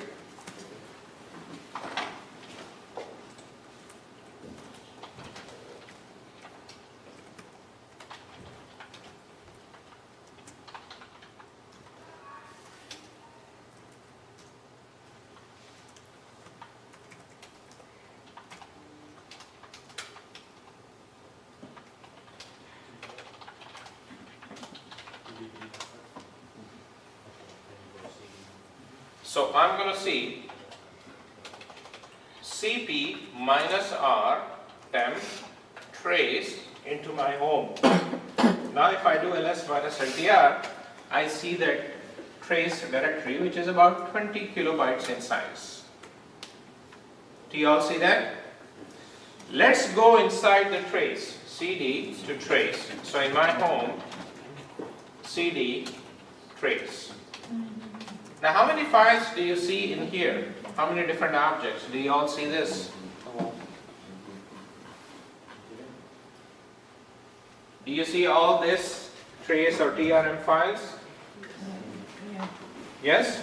Yes. Now if I do ls minus ltr here, basically it is showing me some of these files are just in bytes, some of these files are in kilobytes, yeah? Some of these files are 930 bytes, some of these are 1 kilobyte, there are 7 kilobytes and so on. How many objects do you see in here?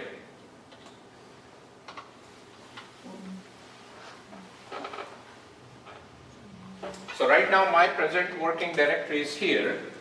I'm asking you, how many files do you see in this directory? Count. How do we get the count? Word count minus. ls minus ltr, can I say WC minus L? So 463 files in this particular location.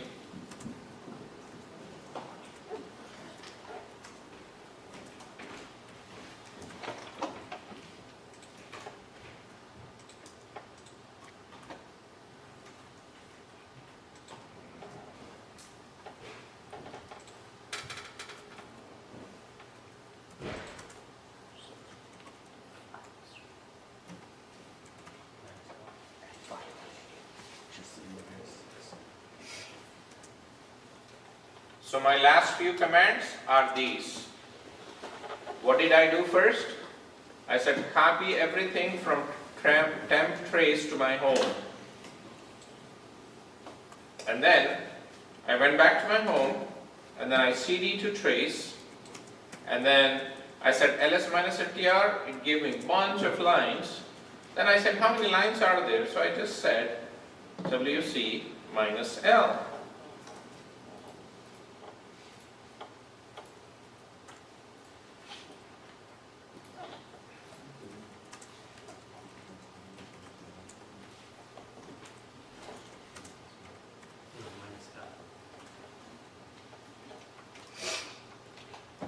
463 files.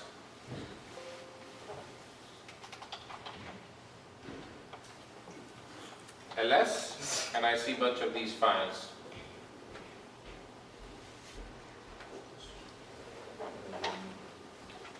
How many files you see that ends with trm? You can do grep tr. I don't know, I want you to do it. List me or find out how many files that ends with trm.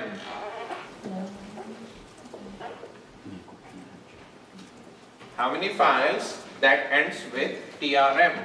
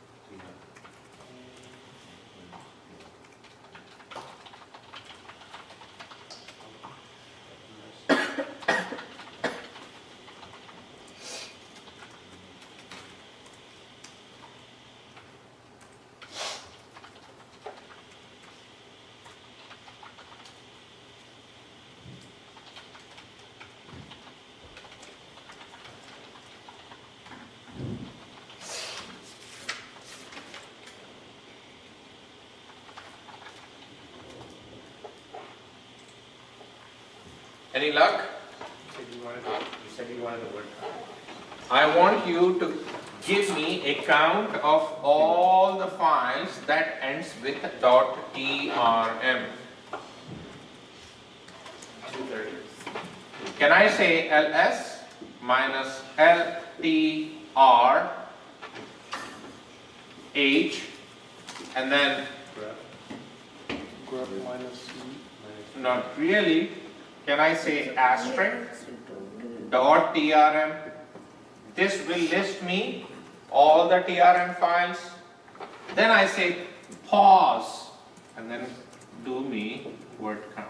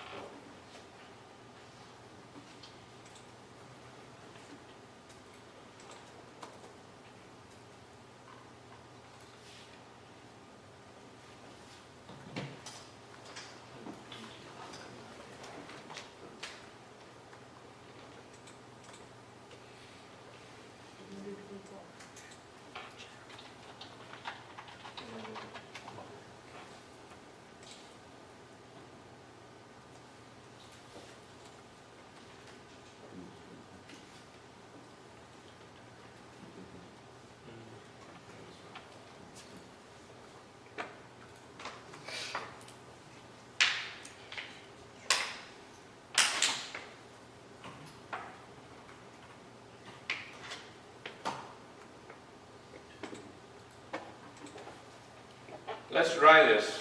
ls minus ltr, show me everything that ends with trm. It gave me a bunch of these lines. Then I say, wait a minute, don't give me the output on my screen, just do wc minus l, which is 230. Yes? Now let's say if I want to get rid of all the trm files, how do I do that? rm asterisk trm. That I'm saying remove all the trm files.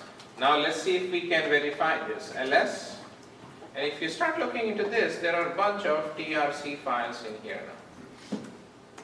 Do you see any trm file?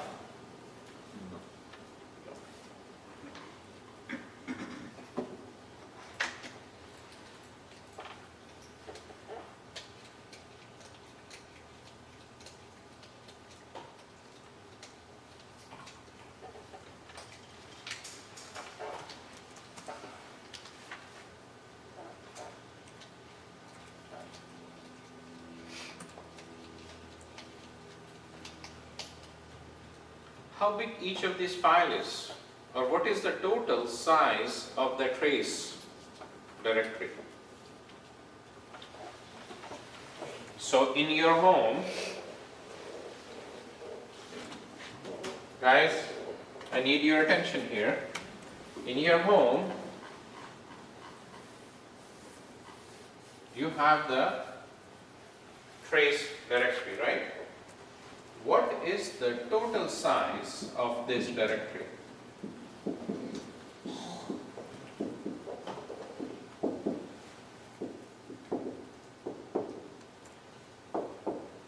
Who can give me this answer? So in your home, we all know that you have the trace files.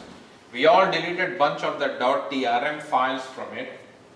Now I want to find out what is the total is that this file is using, or this directory is using.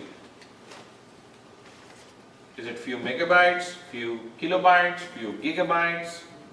How much, what is the space that it has acquired?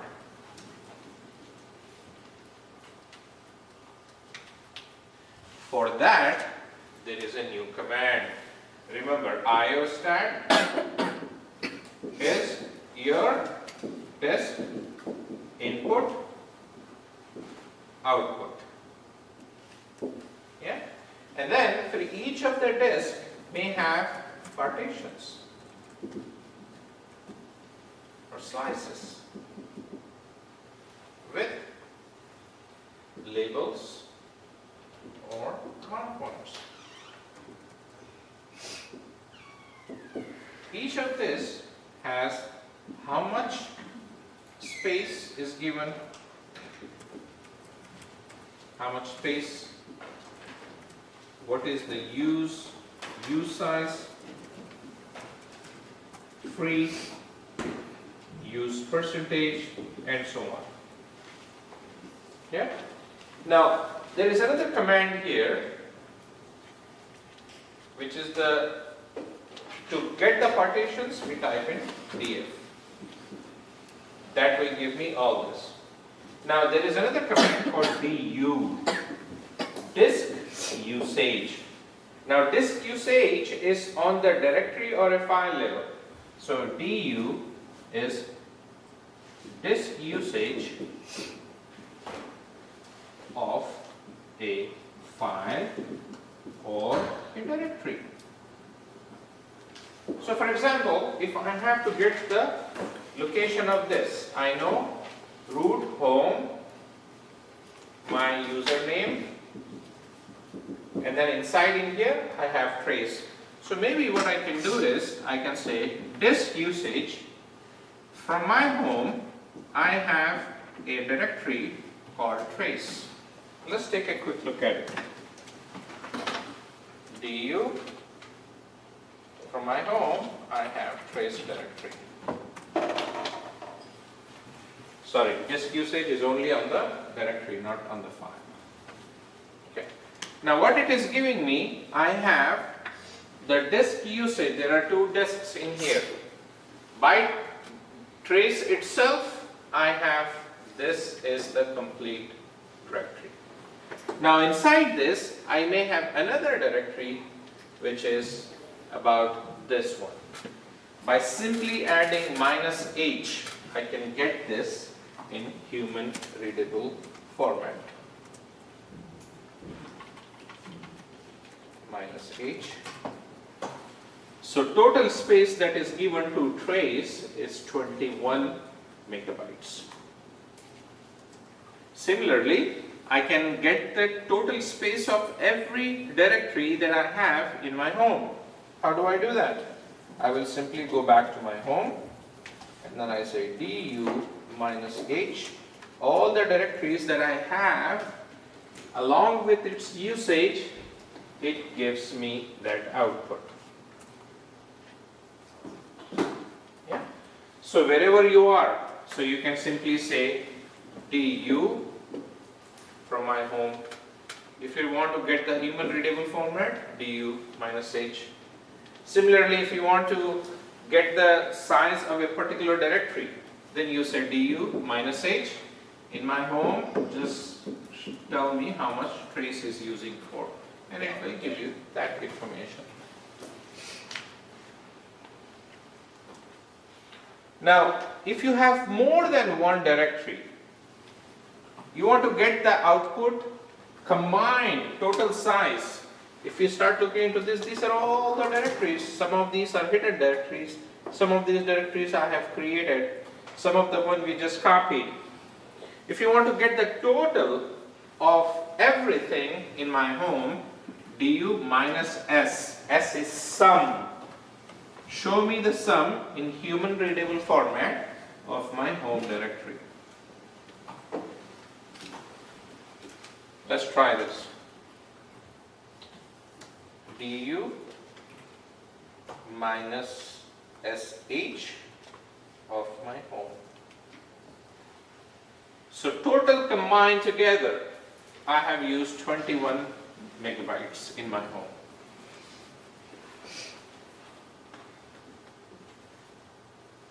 Let's try the same thing with the temp. I'm pretty sure it is going to throw me some errors because some of the objects I do not own in that. So here, tmp. There you go.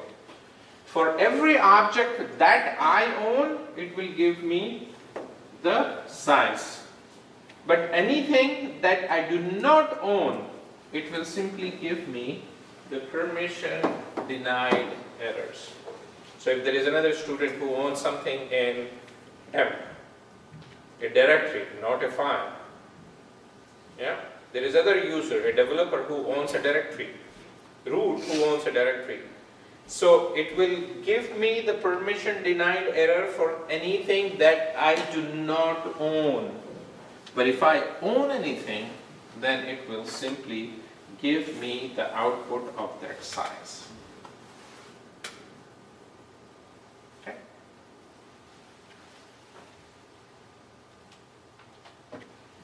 So very important commands that what you have learned. We only learned few commands today, but these are all the important commands for you to browse around and so on.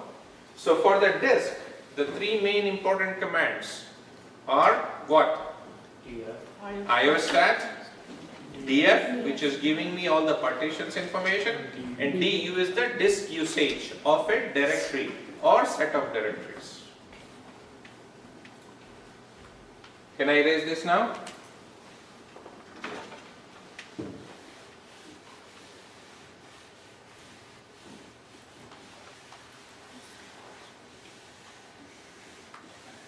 Now I'm going to give you a few tasks, and if you have time, I want you to finish all these tasks before you leave today. If you have to go to work or if you have some other few things, then I completely understand. You can leave at 12:30. I'm sorry, yeah, 12:30, right? So I'm going to give those tasks in here, and I want you, by the way, how do you create an alias? Alias. But if I want to find out how many aliases that I have created, You just type in alias and it will give you bunch of aliases that you have created. Now look at this. Did we create this alias? Yes. Did we create this? No. No. No.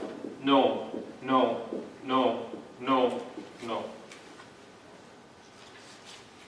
By default, these are the default aliases that are given to every user.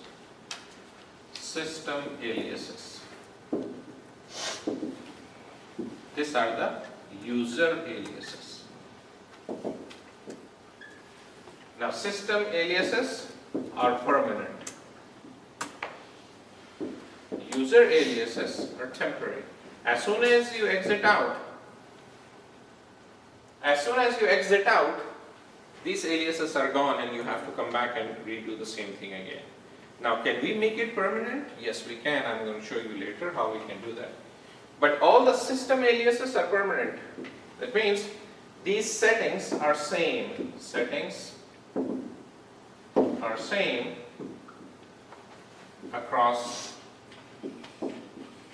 multiple sessions. This means when user is out, this alias will be removed.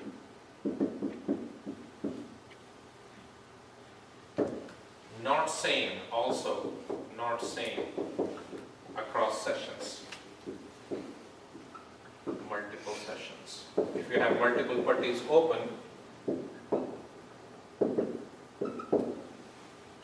not same across multiple sessions.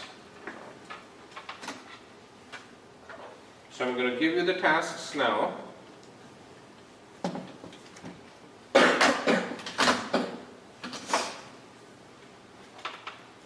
And I want you to all finish this.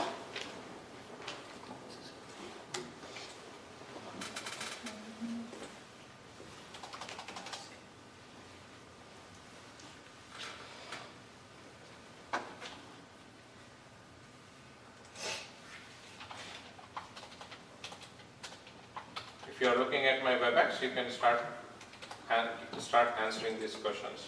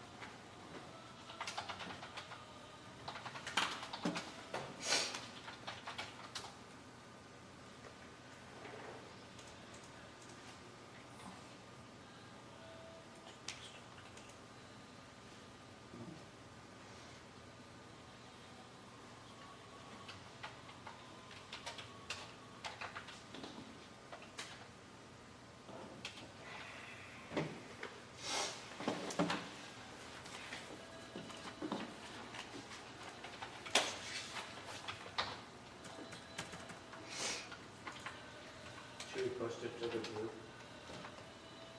Or? Yes. Not yet.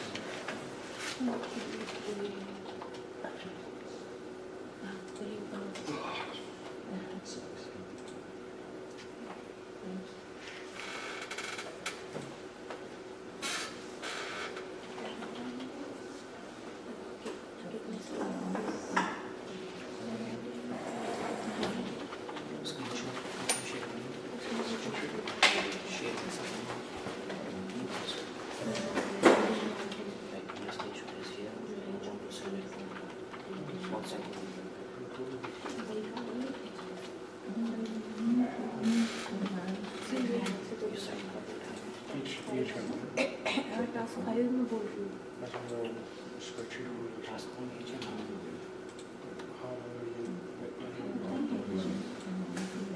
सबसे busy है